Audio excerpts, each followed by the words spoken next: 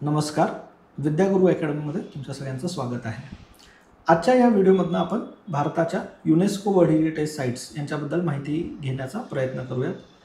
UNESCO world heritage sites ह्या जगातल्या वेगवेगळ्या ज्या साईट्स आहेत त्याच्यामधले ज्या भारताच्या काही महत्त्वाच्या साईट्स आहेत त्यांच्याबद्दल आपण डिस्कस करूयात.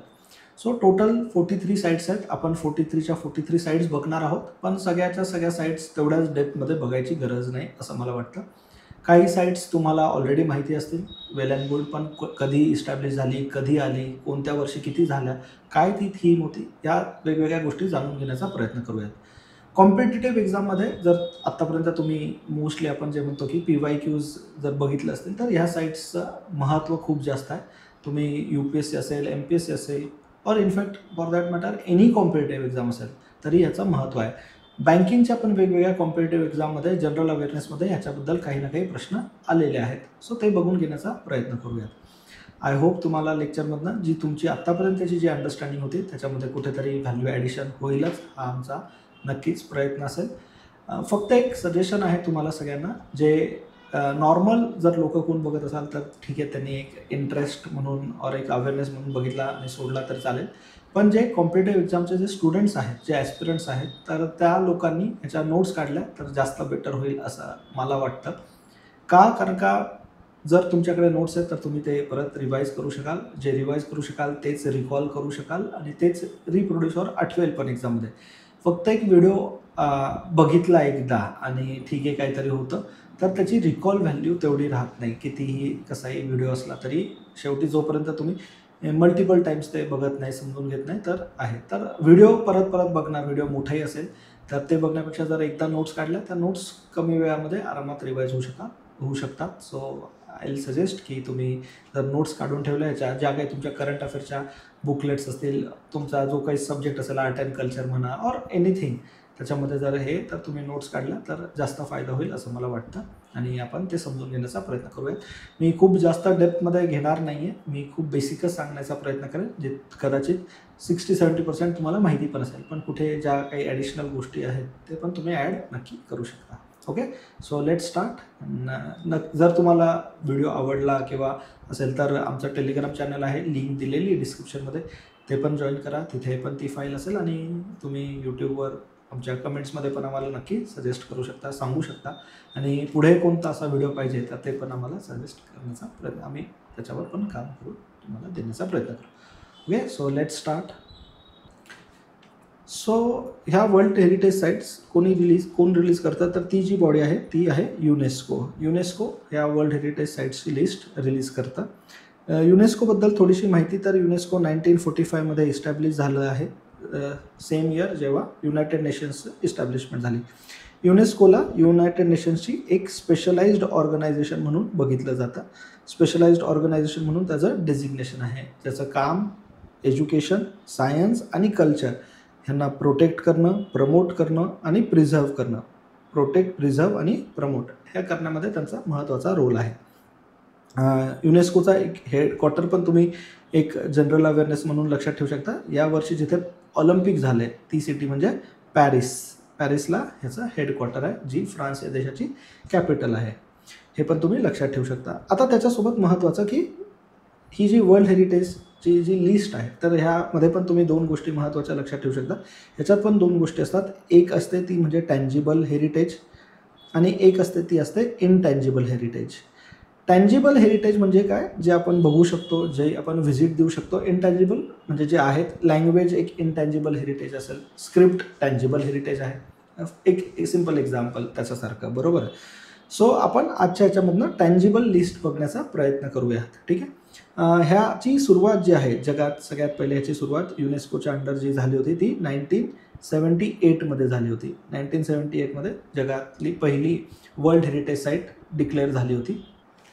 त्याच्यात जी फर्स्ट वर्ल्ड हेरिटेज साईट ती आहे 1978मध्ये. त्याच्यात 12 साईट्स ॲक्च्युअली झाल्या होत्या, पण त्याच्यातली एक जी महत्त्वाची, एक जे माहिती पाहिजे वगैरे तर ते म्हणजे गॅलापॅगोस आयलँड्स. ठीक आहे.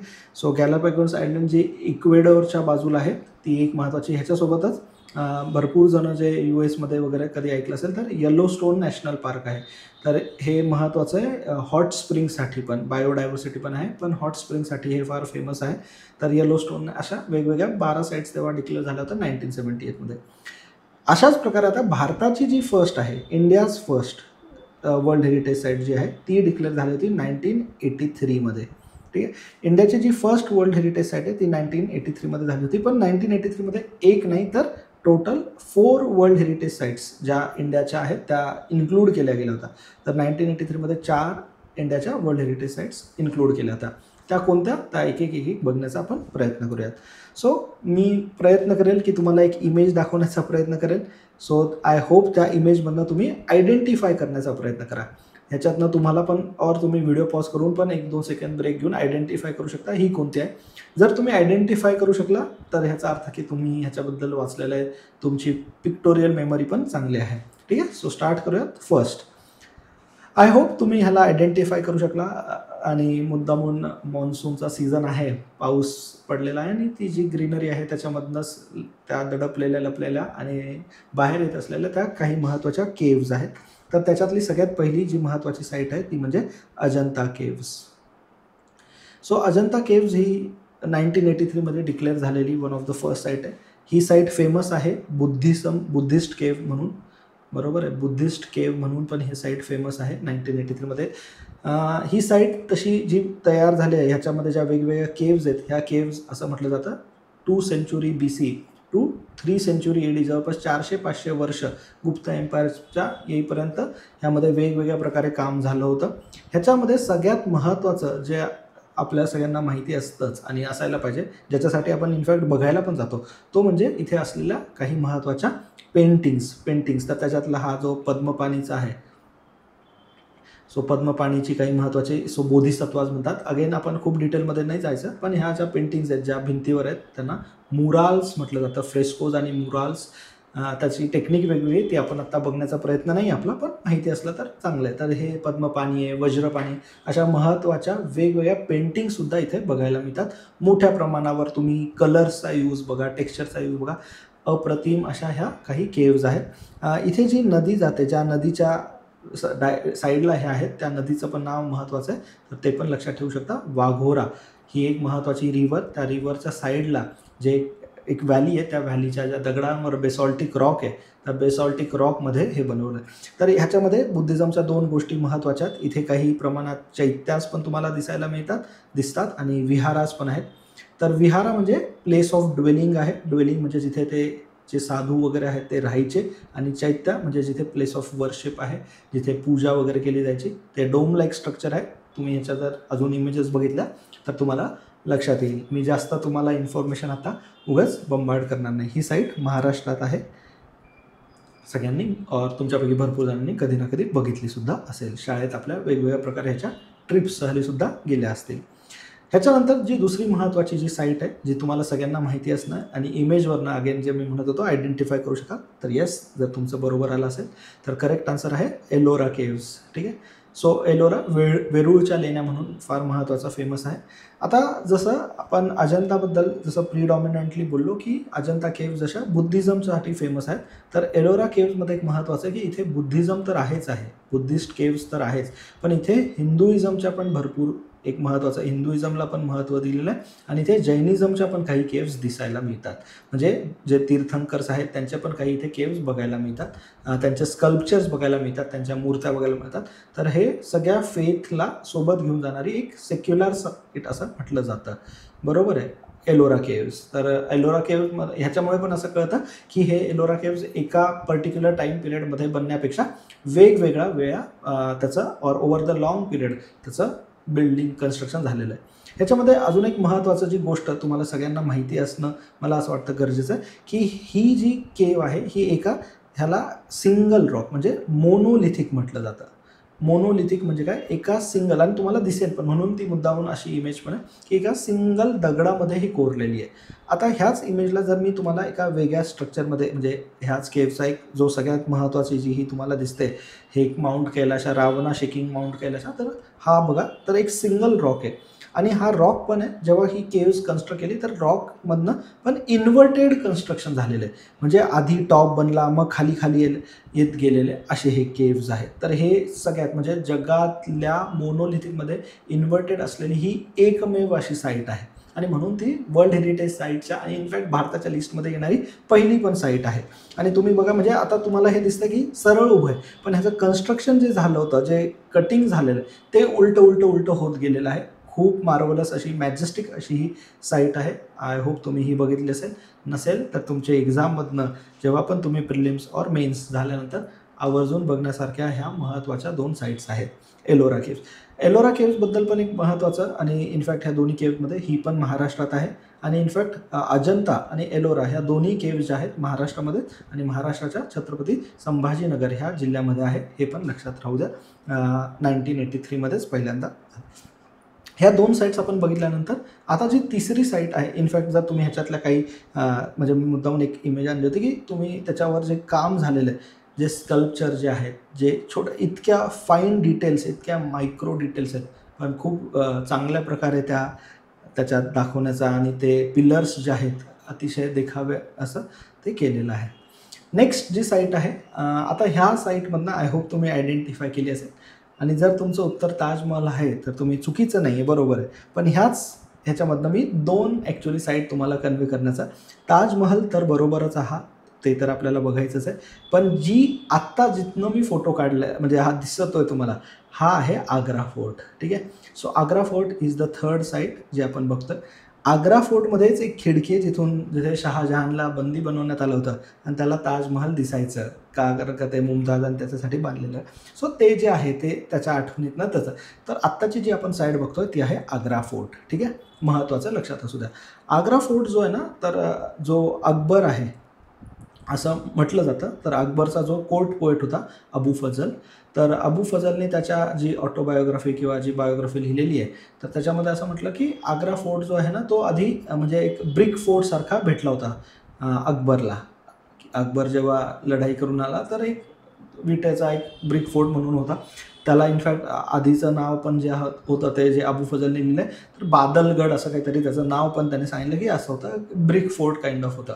मग त्याच्यानंतर त्याचं काम केलं अकबरने, त्याला थोडंसं हे केलं आणि 1573मध्ये 1573मध्ये तो एक डिसेंट फोर्ट म्हणून झाला. पण जो आज आपण जो फोटो बघतोय किंवा ज्याचं ते जे मॅजेस्टिकनेस आहे ते शहाजहाननेच पुढे त्याला नेलं. शहाजहानने त्याच्यावर जे करायचं होतं की एक फोर्ट लाईक एक सिटी लाईक स्ट्रक्चर त्याच्यावर काम जास्त केलं. पण कंप्लीट जो म्हटलं जातं आग्रा फोर्ट 1573मध्ये झाला असं म्हटलं जातं. ठीक आहे. ह्या आग्रा फोर्टच्या पण वेगवेगळ्या स्टोरीज तुम्हाला माहिती असेल आणि वन ऑफ द फेमस गोष्ट जी आपल्याला माहिती पाहिजे की आग्रा फोर्टच्याच जर तुम्ही कधी गेला तर एंट्रन्सलाच शिवाजी महाराजांचा एक असा स्टॅच्यू पण तिथे ठेवलेला आहे, तयार केलेला आहे आणि तो आठवण पण करून देतो की जेव्हा शिवाजी महाराजांना बंदी बनवण्यात आलं होतं तर ते आग्रा फोर्टला ॲक्च्युली आग्रा फोर्टपासूनच एक मीना बाजार म्हणून दूर एक अशी 1-2 किलोमीटर ती जागा होती, तिथे ॲक्च्युली ठेवलं होतं. पण ते सुरुवात जी आहे ते जे व्हिजिट करायला गेले होते औरंगजेबला ते इथेच आले होते. ठीक आहे. सो त्याच्यामुळे त्याचा एक त्याच्यातनं जे आपल्याला माहिती आहे पुढे की कसे पळून आले आग्रातनं सुटका वगैरे, आपण हे सगळं वाचलेलं पण आहे. आता हा जो फोर्ट आहे औरंगजेब आणि त्याच्यानंतर वेगवेगळ्या वेळेस, पण हा जवळपास 17व्या शतकाच्या लेटर पिरियडमध्ये, हा 17व्या और 18व्या शतकाच्या लेटर पिरियडमध्ये आपण म्हणू शकतो हा मराठा एम्पायरकडे परत आला होता. आग्रा फोर्ट हा मराठा एम्पायर सांभाळायचे. मग मराठा एम्पायर जेव्हा म्हणजे भरपूर ह्याच्यावर काम केलेलं आहे त्यांच्याकडे मग अहमदशाह अब्दाली यांनी थर्ड बॅटल ऑफ जेव्हा पानिपत जेव्हा झाली होती तर ह्या पानिपतच्या बॅटलमध्ये जेव्हा अहमदशाह अब्दाली आणि मराठ्यांमध्ये युद्ध झालं तर हा किल्ला मराठ्यांकडनं परत असं म्हटलं जातं की जे लेटर मुघल्स आहेत त्यांच्याकडे गेला, म्हणजे याचं वर्चस्व इथे कमी झालं होतं. पण त्याच्यानंतर again Maratha rose to the prominence आणि असं म्हटलं जातं की 1785मध्ये म्हणजे जवळपास एक 2 डिकेड्स आफ्टर महादजी शिंदे जे आहेत, महादजी शिंदे ह्यांनी परत ह्याच्यावर मराठा ध्वज फडकावला होता आग्रा फोर्टवर. मग ते त्यांच्याकडे राहिलं परत एक 20 वर्ष आणि अल्टिमेटली 1803मध्ये इयर पण म्हणजे तुमच्या नोट्समध्ये लक्षात ठेवू शकता, जेव्हा सेकंड अँग्लो मराठा वॉर झाली जेव्हा ब्रिटिश ईस्ट इंडिया कंपनी त्यांच्या फोर्सेससोबत अँग्लो मराठा वॉर जेव्हा झाली, तर त्याच्यामध्ये फायनली हा किल्ला मग परमनंट ब्रिटिश यांनी त्यांच्याकडे ठेवला. मग तो त्यांनी मुघलच्या राजे जे आहेत त्यांच्याकडेच दिला होता. आणि ह्याचं परत महत्त्व जेव्हा वाढलं, जेव्हा 1857चा जो क्रांती म्हटलो, the first war of independence ज्याला सावरकरांनी म्हटलं आहे, तेव्हा परत इथे जे आहेत त्यांना किंग म्हणून डिक्लेअर केलं. आणि त्यावेळेस परत तो काबीज पण घेण्यात आला होता. रेड फोर्ट पण आपण पुढे नंतर बघणार आहोत. सो हे 2 महत्त्वाच्या गोष्टी 2-3 आग्रा फोर्टच्या तुम्हाला माहिती असणं गरजेचं आहे. नेक्स्ट जे आहे अगेन ते ताजमहल. ह्याच्याबद्दल आपण सगळ्यांनी भरपूर वाचलेलं आहे. ताजमहल कोणी बनवला? शहाजहाननी आपल्या जी तिसरी बायको होती मुमताज. इनफॅक्ट तुम्हाला माहिती असेल तर एक इंटरेस्टिंग फॅक्ट आहे की शहाजहान आणि मुमताज ह्यांचाच मुलगा, तिसरा मुलगा आय गेस औरंगजेब होता. म्हणजे ज्याच्या आठवणीत बनवला त्याच ह्याच्यात हे जे एक स्ट्रक्चर वाईज तुम्ही जर बघितलं तर हे जे आहे ह्या 4 भाग स्ट्रक्चरच्या फॉर्मॅटमध्ये जे मॅच्युअर आर्किटेक्चर झालं होतं. तुम्हाला सगळ्यात पहिले हे जे 4 भाग आहे ना, हे हुमायून टॉमच्या तिथे बघायला मिळतं. ते पण ही जी नदी जाते, ही नदी यमुना रिव्हर आहे. तर इनफॅक्ट हे पण महत्त्वाचं की यमुना जी पुढे पुढे जाते आणि ह्याच यमुनाच्या फ्रंट साईडला, जसं ताजमहलच्या आता इथे तुम्हाला यमुना बॅक साईडला दिसते, ह्याच नदीच्या फ्रंट म्हणजे इथून जेव्हा पुढे जाते तर इथेच आग्रा फोर्ट आहे. म्हणजे आग्रा फोर्ट आणि ताजमहल हे दोन्ही यमुना नदीच्याच किनाऱ्यावर आहे. हे महत्त्वाचं लक्षात ठेवा. ठीक आहे. हा जो आग्रा फोर्ट ताजमहल आहे, Taj Mahal was completed in I guess 1653. कारण का त्याच्या 5 वर्षामध्येच औरंगजेबने स्वतःला एम्परर डिक्लेअर केलं होतं. आय गेस 1658मध्ये एम्परर डिक्लेअर केलं होतं ते 1707 पर्यंत.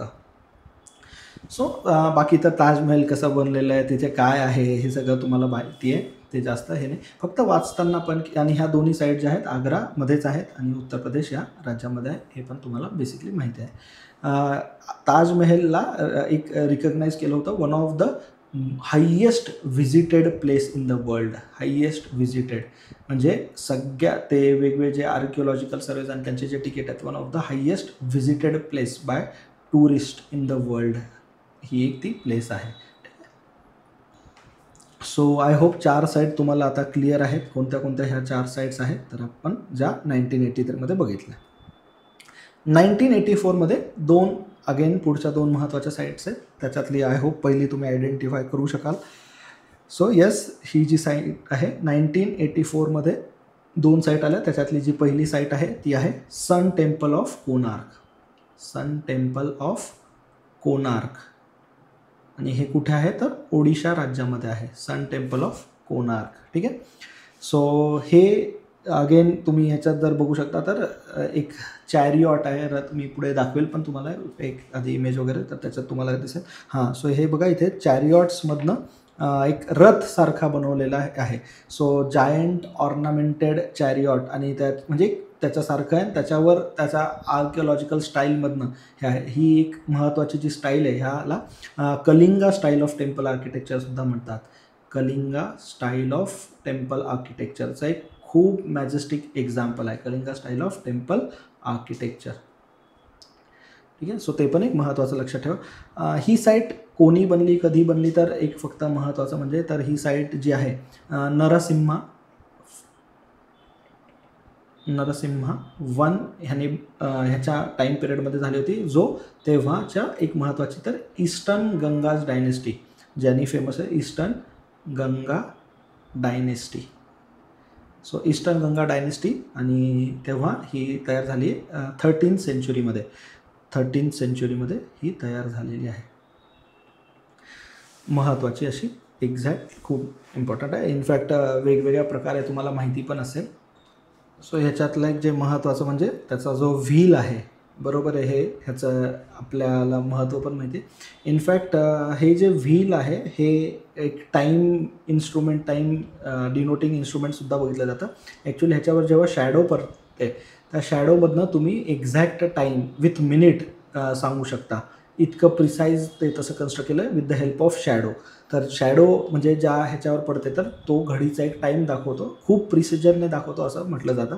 इनफॅक्ट ह्या टेम्पलवर असं म्हटलं जातं की सूर्याची एक वेगळी मूर्ती पण होती आणि वर खूप मोठ्या हेवी मॅग्नेट होतं, पण ह्या मॅग्नेटमुळे जे शिप्स यायचे ह्याच्या जवळच्या एक लाईट हाऊसला, तर ती ब्रिटिशने ती रिमूव्ह करून टाकलं त्या मॅग्नेट. तर हे पण इनफॅक्ट सूर्योदय आणि त्याच्या वेळेस याच्यात बघण्याच्या अशा भरपूर गोष्टी असतात.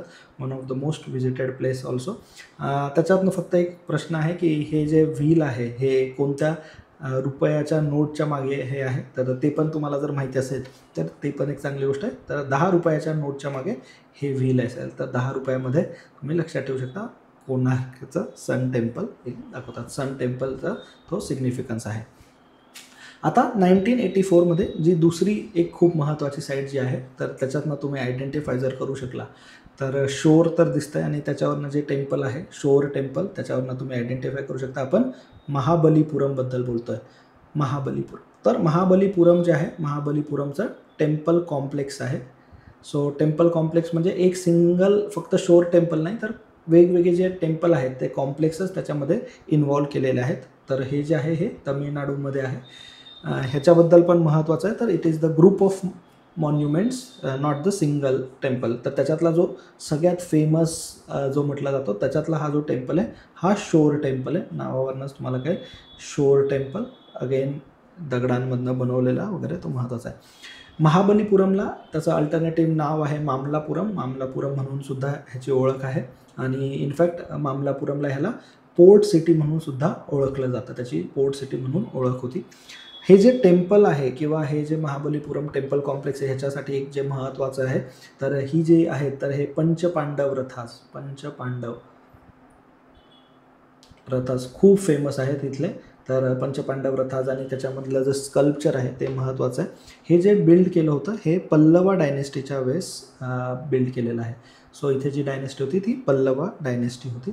मामलापुरम वगैरे त्याचं नाव म्हटलं जातं. त्याचं ग्रँड्युअर खूप महत्त्वाचं आहे. हे जे इथे पण अगेन जे फेमस आहेत तर ते पंचपांडव रथाज हे सुद्धा मोनोलिथिक रथ आहे. मोनोलिथिक, ठीक आहे. अगेन सिंगल रॉकमधनं कन्स्ट्रक्ट केलेले आहेत. आता एक महत्त्वाचं म्हणजे काय की इथे जे मोनोलिथिक रॉक कट्स आहेत, इथे स्ट्रक्चरल टेम्पल जो शोर टेम्पल आपण बघितलं स्ट्रक्चरल टेम्पल आहे. म्हणजे काय एकावर एक असे बनवले गेले, हे सगळं बघितलं जातं. इथे जे पोर्ट सिटी म्हणून आहे त्याच्यात पण एक महत्त्वाची गोष्ट, तर जो पोर्ट आहे ह्या जो तमिळनाडूचा हा जो भागाचा पोर्ट आहे ह्या पोर्टला सुद्धा कोरोमंडल कोस्ट म्हणतात किंवा जो नाव पुढे आपण बघणार आहोत कोरोमंडल कोस्ट. आत्ता ह्याचं नाव कोरोमंडल कोस्ट आहे, जे आधी चोलामंडल कोस्ट होतं. चोला डायनेस्टीवरनं आलं होतं, पण ते नंतर बघूयात. आत्ता फक्त लक्षात ठेवू शकतो आपण की बाबा ह्याचा सिग्निफिकन्स आहे. इनफॅक्ट आपल्याला असं वाटतं खूपदा की ह्याचं फक्त आर्किटेक्चरल वर्ल्ड हेरिटेज साईट म्हणून सिग्निफिकन्स नसून तर एक महत्त्वाचं म्हणजे की 2021मध्ये जेव्हा झी जिनपिंग जे चायनाचे प्रीमियर आहेत त्यांची जेव्हा व्हिजिट, तर ही साईट म्हणून सिलेक्ट केली होती. तर मामलापुरम म्हणजे जी महाबलीपुरम आहे आणि ती साईट गव्हर्नमेंटने चूज केली. इथे मीटिंग झाली. महाबलीपुरम डिप्लोमसी महाबलीपुरम समिट म्हणून त्याचं इंडिया चायना बायलॅटरल रिलेशनसाठी एक महत्त्वाची एक होती. ते पण दाखवतं की आपलं कल्चरल सिग्निफिकन्स खूप जास्त आहे. कल्चरल टाय दाखवतात, कल्चरल हिस्ट्री आपली दाखवण्याचा प्रयत्न केला. हा पण जो मागे दिसतो तुम्हाला दिसेल एक सिंगल रॉकमधनं पंचपांडव रथाचा आणि तो जो टेम्पल कॉम्प्लेक्स आहे त्याच्यातली एक ती इमेज आहे. आता ह्या टेम्पल्स आणि ह्याच्यामधनं एक थोडंसं दूर पण एक खूप महत्त्वाची अशी जी साईट जी वर्ल्ड हेरिटेज साईटच्या अंडर रिकग्नाईज झाली आणि त्याच्यातली सगळ्यात सिम्पल इमेज पण खूप इफेक्टिव्ह इमेज जी तुम्हाला लक्षात आली असेल आणि तो म्हणजे Kaziranga national park. Kaziranga national पार्कला वर्ल्ड हेरिटेज साईटमध्ये 1985मध्ये रिकग्नाईज करण्यात आलं होतं. So 1985 in fact Kaziranga national park हे आसाम राज्यामध्ये आहे. सो आसाममध्ये आहे आणि ही एक महत्त्वाची म्हणजे फर्स्ट साईट होती नॉर्थ ईस्ट इंडियाची ज्याला वर्ल्ड हेरिटेज साईटमध्ये आणण्यात आलं होतं. अजून एक महत्त्वाचं सिग्निफिकन्स म्हणजे सगळ्यात पहिली साईट नॅचरल और आपण त्याला म्हणतो इन सिटू कन्झर्वेशनसाठी असलेली फर्स्ट साईट, अशा प्रकारे फर्स्ट साईट आहे ज्याला वर्ल्ड हेरिटेज साईटमध्ये रिकग्नाईज करण्यात आलेलं आहे. फर्स्ट साईट, ठीक आहे. आणि त्याच्यातलं सगळ्यात जास्त सिग्निफिकन्स म्हणजे काय, तर जगात highest population of one horned rhinos जे आहेत ते इथे बघायला मिळतात. इनफॅक्ट इथे टर्टल्स आहेत, डिअर्स आहेत. महत्त्वाचं म्हणजे इनफॅक्ट गँगेज डॉल्फिनसुद्धा इथे बघायला मिळतात. वर्ल्ड ते तर महत्त्वाचं आहे. आता ह्याच्यामध्ये अजून एक महत्त्वाच्या जर काही गोष्टी आपण बघितल्या तर म्हणजे आसाममध्ये किंवा ब्रह्मपुत्रा महत्त्वाचं अगेन ब्रह्मपुत्रा रिव्हरच्या फ्लड प्लेन्सवर आहे.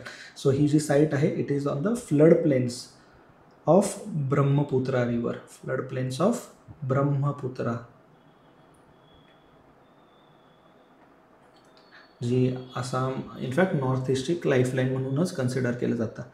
ह्याच्याबद्दल अजून एक इम्पॉर्टंट कीवर्ड जर तुम्ही लक्षात ठेवू शकला तर तो आहे it is consider as the finest wild life refuge. ठीक आहे, एक महत्त्वाची ती साईट आहे. फायनेस्ट वाईल्ड लाईफ रेफ्युजी सुद्धा म्हटलं जातं. आता ह्यामध्ये एक महत्त्वाचं म्हणजे जे आहे तर त्याचं जे रिव्हराईन आणि फ्लुवियल प्रोसेस आहे त्याच्यामुळे एक अलुवियल ग्रासलँड इथे तयार होतं. तर एक महत्त्वाचं लक्षात ठेवू शकता इथल्या जो रिव्हराईन अँड जो फ्लुवियल प्रोसेस आहे, नदीचं पाणी आणि त्याच्यातनं जे तयार झालं तर इथे एक वेट अलुवियल ग्रासलँड तयार होतं.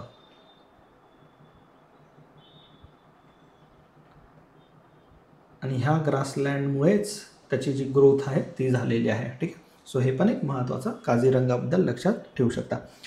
आता काझीरंगा जेव्हा 1985मध्ये आलं त्याच्यासोबतच ठीक आहे एक महत्त्वाचं म्हणजे 1985मध्ये जी त्याच्यानंतरची और जी महत्त्वाची जी साईट होती ती म्हणजे मानस वाईल्ड लाईफ सँक्च्युरी. सो मानस वाईल्ड लाईफ सँक्च्युरीसुद्धा खूप महत्त्वाची अशी, हिला पण वर्ल्ड हेरिटेज साईट. सो आता तुम्हाला दिसेल 1985मध्ये आसामच्या 2 बद्दल आहे. इनफॅक्ट मानस हे नाव कशावरनं आलं तर मानस हे नाव आपण इनफॅक्ट माहिती आहे आपल्याला इथून जी नदी रिव्हर जी पास होते त्याच्यावरनं पण आहे.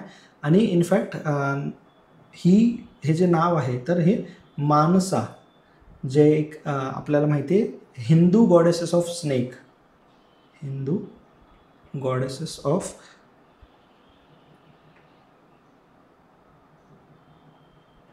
स्नेक आहे.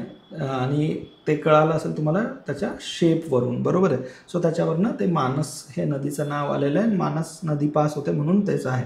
सो वाईल्ड लाईफ सँक्च्युरी आता नॅशनल पार्क का नाही आणि वाईल्ड लाईफ सँक्च्युरी का, कारण का तेव्हाही नॅशनल वाईल्ड लाईफ सँक्च्युरी होती. ह्याला नॅशनल पार्कचं स्टेटस जे आहे ना ते 1990मध्ये मिळालं होतं.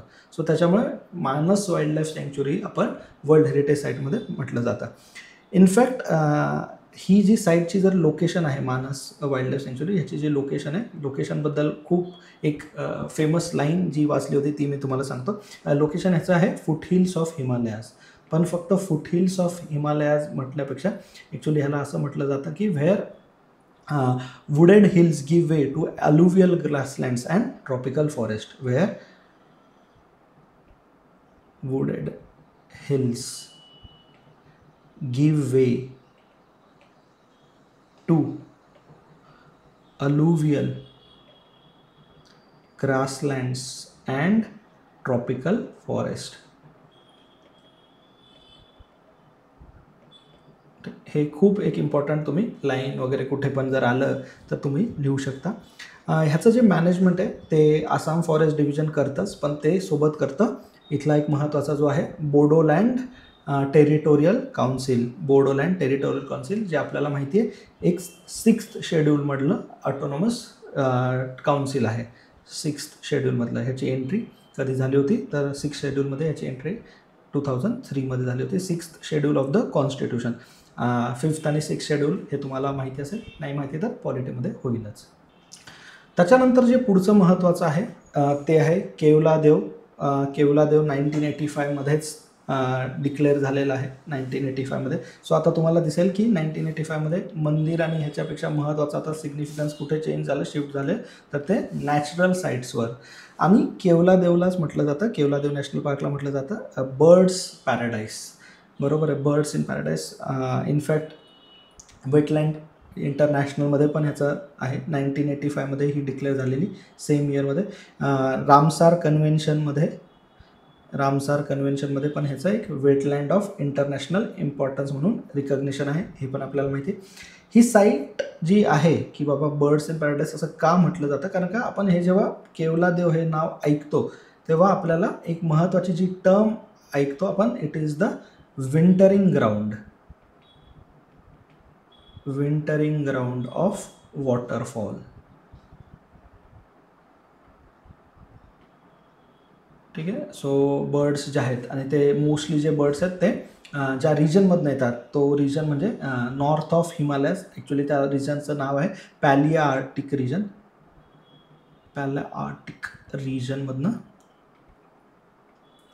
पॅलिआर्टिक रिजन ऑफ म्हणजे नॉर्थ ऑफ, ॲक्च्युली ह्या रिजनचा अर्थ आहे नॉर्थ ऑफ म्हणजे हिमालयाज, मग युरोप आणि एशिया आणि ते आर्टिक रिजनमधनं येतात. ठीक आहे.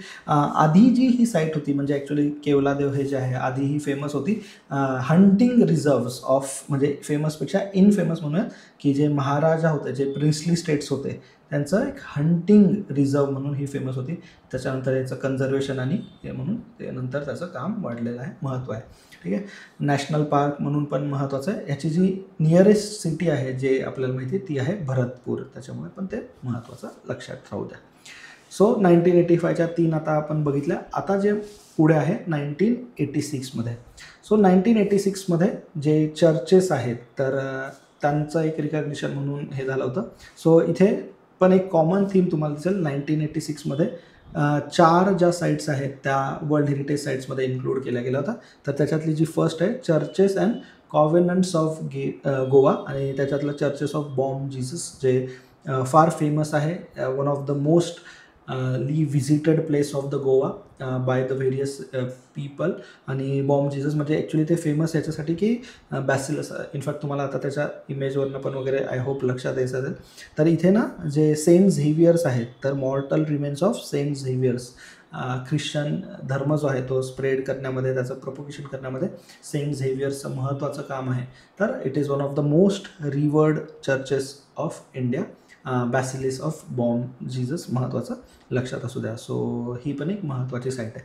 आता ही साईट जेव्हा आपण करतो तर जसं चर्चेस आहेत किंवा तर 3 एक इम्पॉर्टंट गोष्टी ख्रिश्चॅनिटीबद्दल किंवा त्यांच्या स्ट्रक्चरबद्दल महत्त्वाच्या असणं, माहिती असणं गरजेचं असतं मला असं वाटतं. त्याच्यातली जी फर्स्ट आहे ती फर्स्ट म्हणजे की एक टर्म असते त्याला म्हटलं जातं चॅपेल. ठीक आहे.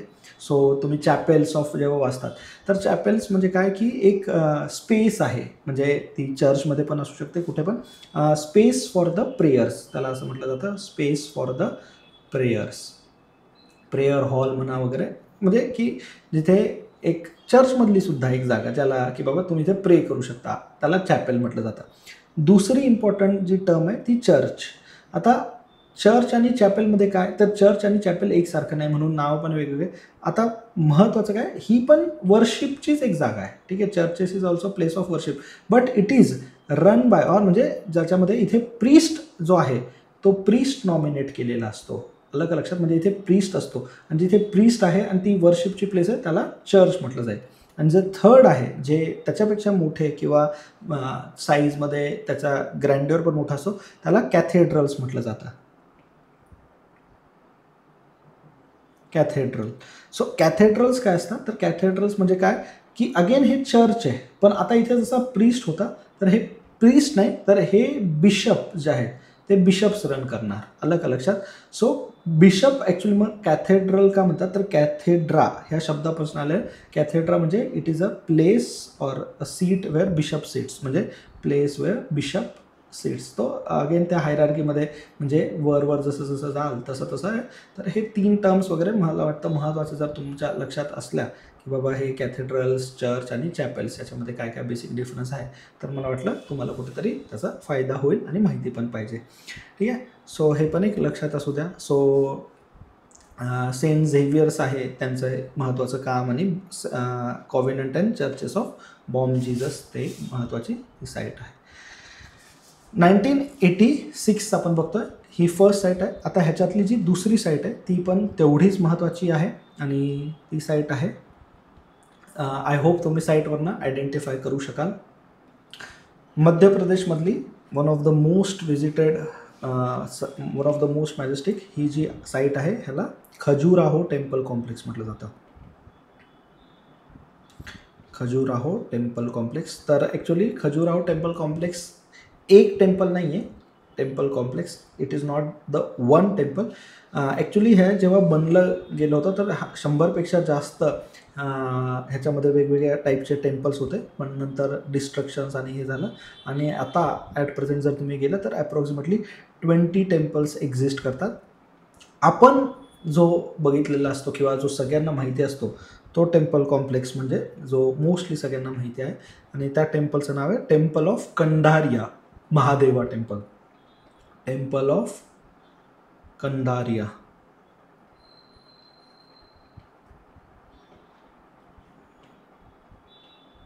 सॉरी,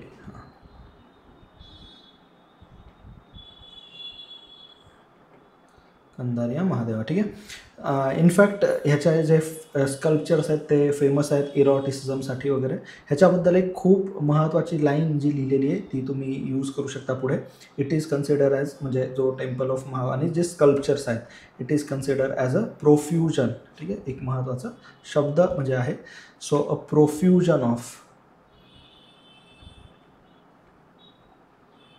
स्कल्पचर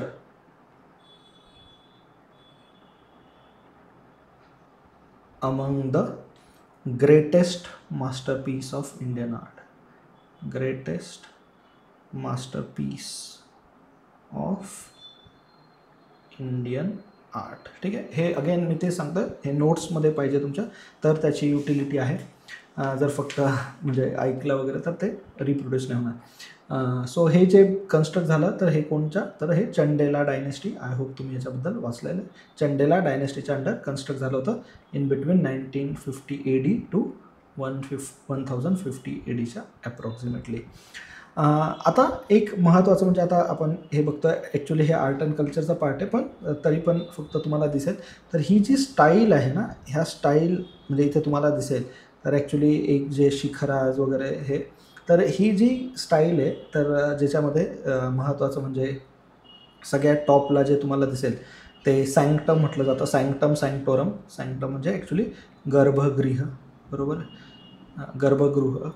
तर हे सँक्टम सँक्टोरम असतं. तर इथे एक्झॅक्टली दायती जी मूर्ती आहे ती प्लेस केलेली असते. त्याच्यानंतर थोडं एक जे दुसरं पुढे जे तुम्हाला दिसेल जे हाईटला थोडंसं छोटं आहे आणि एक स्लो पण तिथे दिसेल, त्याला वेस्टिब्यूल म्हटलं जातं. वेस्टिब्यूल म्हणजे अंतराळ, म्हणजे थोडासा गॅप इथे तुम्हाला दिसेल. वेस्टिब्यूल हे जी प्लेस आहे, वेस्टिब्यूल, अंतराळ. आणि त्याच्यानंतर जे आहे तर हे जे मोठं तुम्हाला दिसेल ऑर समथिंग लाईक दॅट, तर हे जे आहे मंडपाज म्हटलं जातं ह्याला. Mandapa which is consider as main hall. मंडप ह्याला म्हटलं जातं. मेन हॉल आहे हा, ऑर इनफॅक्ट त्याला प्रेयर हॉल, म्हणजे इथे प्रेयर हॉल केलं जातं. आणि स्टार्टिंगला जे आहे ते दॅट इज एंट्रन्स, बरोबर आहे. So this is consider as entrance. So आणि एंट्रन्स स्ट्रक्चर लाईक दॅट. तर हे जे स्ट्रक्चर आहे म्हणजे हे एक जर आपण बघितलं तर इथे पण आपण ते काढू शकतो ॲक्च्युली.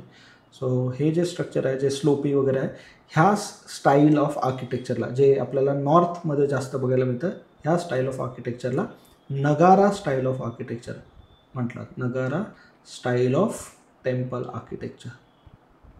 ठीक आहे, लक्षात असू द्या, Nagara style of temple architecture.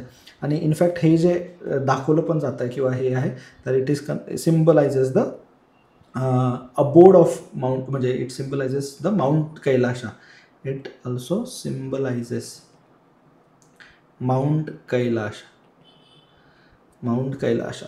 Mount Kailasha म्हणजे बेसिकली आपण ह्याला लक्षात पण ठेवू शकतो, इनफॅक्ट तुमच्या नोट्समध्ये पण असू द्या, abode of goddess, abode of gods, abode of gods, देवांचा देव, महादेव.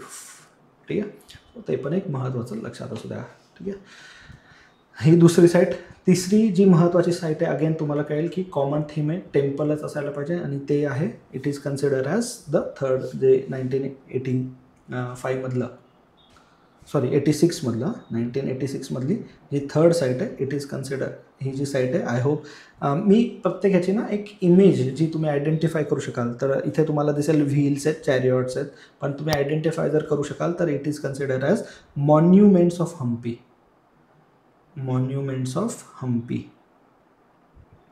जी कर्नाटकामध्ये आहे. ठीक आहे, सो ही मी आय गेस सांगितली ना, ही MP ह्याच्यात आहे, हे गोवा तर तुम्हाला सांगितलंच आहे. ठीक आहे. सो ही हम्पीमध्ये आहे. ही जी हम्पी आहे ना, ही जी सिटी आहे ही कॅपिटल होती, capital city for Vijayanagar, capital of Vijayanagar empire, Vijayanagar empire, Vijayanagar empire. ठीक आहे. ॲक्च्युली इथे ह्या साईडलाच म्हणजे जी हम्पी सिटी आहे, ही जी साईट आहे ही कोणत्या रिव्हरच्या, तर तुंगभद्रा रिव्हर, तुंगभद्रा रिव्हर आहे, ह्या रिव्हरच्या साईडला ही कॅपिटल सिटी इस्टॅब्लिश केलेली आहे. इथे जे स्ट्रक्चर्स तुम्हाला बघायला मिळतात वगैरे, तर अर्ली म्हणजे जे आहेत तर हे फेमस आहेत द्रविडियन स्टाईल ऑफ आर्किटेक्चर. आपल्याला द्रविडियन स्टाईलचं अजून पुढे बघायचं आहे, पण द्रविडियन स्टाईल ऑफ आर्किटेक्चर इथे आपल्याला बघायला मिळतात. आणि हे जवळपास 14 to 16 सेंचुरीमध्ये तयार झालेले आहेत विजयनगर एम्पायरच्या अंडर. ठीक आहे, लक्षात असू द्या. ॲक्च्युली आता हे जे तुम्ही जर कधी हम्पीला वगैरे गेले असाल तर वेगवेगळ्या गोष्टी आहेत, पण हे सगळं actually it was in a state of ruin. ठीक आहे, म्हणजे it was a city consider, हम्पीला it is considered as a city. Hampi in fact Hampi is a consider as city. खूप अशा सिटीज आहेत, पण city that was pledged, city that was placed. Actually ह्या शब्दाचा एक्झॅक्ट अर्थ काय होतो, म्हणजे जर एक्झॅक्ट तर काही आहे रुईन म्हणजे लुटणं, पण एक महत्त्वाचं म्हणजे ही प्लेस म्हणजे हिंसा करून लुटली गेलेली एक सिटी आहे. जेव्हा वर एम्पायर होता तर बॅटल ऑफ तालिकोटामध्ये जेव्हा 1565मध्ये विजयनगर एम्पायर हरलं होतं, तर ह्या सिटीला अक्षरशः लुटून गेलं, लोक सोडून गेले, मग लोकांनी स्ट्रक्चर वाचवण्यासाठी वगैरे केलं. आणि त्याच्यानंतर मग काय झालं, तर ईस्ट इंडिया कंपनी जी आहे, तर त्या ईस्ट इंडिया कंपनीचे फर्स्ट, लक्षात ठेवा, फर्स्ट सर्वेयर जनरल जे होते त्यांचं नाव होतं कर्नल कॉलिन मेकेन्झी, कॉलिन मेकेन्झी. हे जे फर्स्ट सर्वेयर जनरल होते इंडियाचे, ह्यांनी ही साईट डिस्कवर केली होती, आय गेस 1800 ह्याच्यात. So he discovered this site Hampi. त्यांनी वेगवेगळे जेव्हा हे सर्वे करायला जायचे ना, सो कर्नल कॉलिन मेकेन्झीनी ही साईट डिस्कवर केली होती. आणि मग ते रुईन्स वगैरे काढत काढत काढत एक ग्रँड सिटी एम्पायर इनफॅक्ट राहिलं आहे असं म्हटलं जातं. इनफॅक्ट इथे जे 3 फार फेमस आहेत, तर एक अच्युतरायाचं टेम्पल, म्हणजे ह्याच्यात जे फेमस आहेत,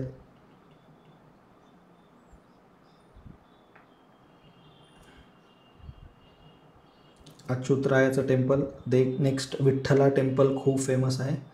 आणि तिसरं जे टेम्पल आहे ते पट्टाभिरामचं,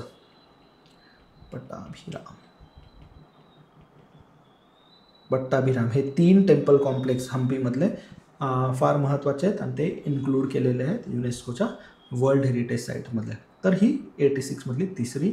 आणि 86 मधली जी 4th साईट आहे, अगेन त्याच्यातनंच तुम्हाला कळेल की जी 4th साईट आहे ती आहे Fatehpur Sikri, which is consider as the abandoned capital city. ठीक आहे, ही सोडून गेलं होतं, पण ॲक्च्युली, आणि जो तुम्हाला आता हा जो फोटो दिसतोय बुलंद दरवाजा, बरोबर आहे.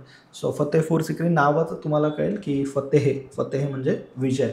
सो ही बिल्ड केली होती अकबरने जेव्हा जोध आणि जो मेवाड रिजन आहे, मारवाड मेवाड, जो राजस्थानचा प्रेझेंट रिजन आहे, इथे जेव्हा ॲग्रेशन केलं आणि जो जिंकून आला, त्याच्यानंतर त्यांनी डिसाईड केलं तर ही सेकंड हाफमध्ये एक रेड सँडस्टोनमधनं पूर्ण सिटी आपल्याला बिल्ड करायची. सेकंड हाफ ऑफ 16th सेंचुरीमध्ये अकबरने ही बिल्ड केली फतेहपूर सिक्री. ही कॅपिटल राहिली होती काही वर्ष, पण नंतर पूर्ण. महत्त्वाचा again use of red sandstone, जो आपल्याला आग्रा फोर्ट आणि तिथे पण दिसतो, रेड सँडस्टोनचा यूज मोठ्या प्रमाणावर दिसतो. इनफॅक्ट ह्याच सिटीमध्ये फतेहपूर सिक्रीमध्ये अकबरच्या तुम्ही जो 2 महत्त्वाचे ऐकले असतील, दिवान आय आम आणि दिवान आय खास, बरोबर. एक जो पीपल्स हॉल आणि एक प्रायव्हेट हॉल, जे महत्त्वाचे हे ह्या सिटीमध्येच होते. दिवान आय आम म्हणजे जो पीपल्स हॉल, जिथे लोक आपापले ग्रीव्हन्सेस, आणि जो प्रायव्हेट हॉल जे त्यांचे नवरत्नज वगैरे होते ते इथे असायचे. पंचमहाल पण इथे फार फेमस आहे, ते एक बनवलं होतं फतेहपूर सिक्रीला. ह्याच्याबद्दल एक महत्त्वाचं अजून एक लक्षात ठेवू शकता की सुप्रीम कोर्टने ना एक महत्त्वाचा जजमेंट दिलं होतं 1996मध्ये. ठीक आहे, आणि त्याच्यामुळे सुप्रीम कोर्टचा पण आर्ट आणि आर्किटेक्चर प्रिझर्व करण्यामध्ये पण खूप महत्त्वाचा रोल आहे ते कळेल. एक जजमेंट दिली होती आणि त्या जजमेंटमधनं सांगितलं होतं की हा जो पूर्ण जो झोन आहे म्हणजे फतेहपूर सिक्री आग्रापासून हार्डली 30-40 किलोमीटरवर असेल, तर हा जो पूर्ण झोन आहे त्यांनी सांगितलं होतं की it is consider as a Taj trapezium zone. Taj trapezium zone आहे हा पूर्ण. आणि हा पूर्ण झोन जो आहे ह्याचं आर्किटेक्चरल कल्चरल सिग्निफिकन्स आहे आणि त्याच्यामुळे इथे असलेल्या ज्या कोल आणि ज्या कोक बेस्ड म्हणजे ह्या सगळ्या ज्या इंडस्ट्रीज आहेत ज्याच्यामधनं पोल्युशन होतं, ह्या सगळ्या इंडस्ट्रीजला तुम्ही immediately or at the earliest relocate करा to the different location so that ह्यांच्या स्ट्रक्चरवर तो इम्पॅक्ट पडणार नाही. आणि सेम आपण ताजचं पण बघितलेलं आहे की ॲसिड रेनने ताज पण जो आता त्याचा मार्बल आहे तो येल्लोइश होत चालला आहे, हे पण आपण बघितलं और तुम्ही वाचलं तर नक्की असाल. 1987 then we will move forward to 1987. 1987ला जी महत्त्वाची जी साईट आहे त्याच्यातली एक जी आहे टेम्पल्स ऑफ पट्टाडकल. ठीक आहे, ही पण एक जी महत्त्वाची साईट आहे कर्नाटकामध्ये ही लोकेटेड आहे, टेम्पल्स ऑफ पट्टाडकल. ठीक आहे, ह्याच्याबद्दल एक महत्त्वाचं म्हणजे खूप एक म्हणजे त्याच्यात एक इम्पॉर्टंट म्हणजे इट रिप्रेझेंट्स ही त्याच्या आधी एक बेसिक लक्षात असू द्या 7th-8th सेंचुरीमध्ये ही जी बिल्ड झाली होती तर ही चालुक्यन डायनेस्टीच्या अंडर बिल्ड झाली आहे.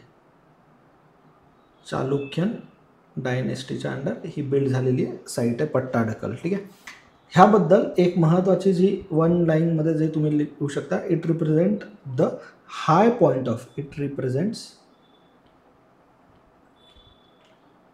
हाय पॉईंट ऑफ ॲन मुद्दामून महत्त्वाचा वर्ड आहे म्हणून सांगतो तो लक्षातच असू द्या, इक्लेक्टिक आर्ट.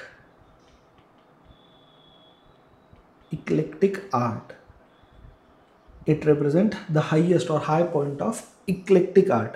म्हणजे काय की borrowing from different art forms and combining them to form one of the most important art forms. So borrowing from various art forms, borrowing from variety of arts from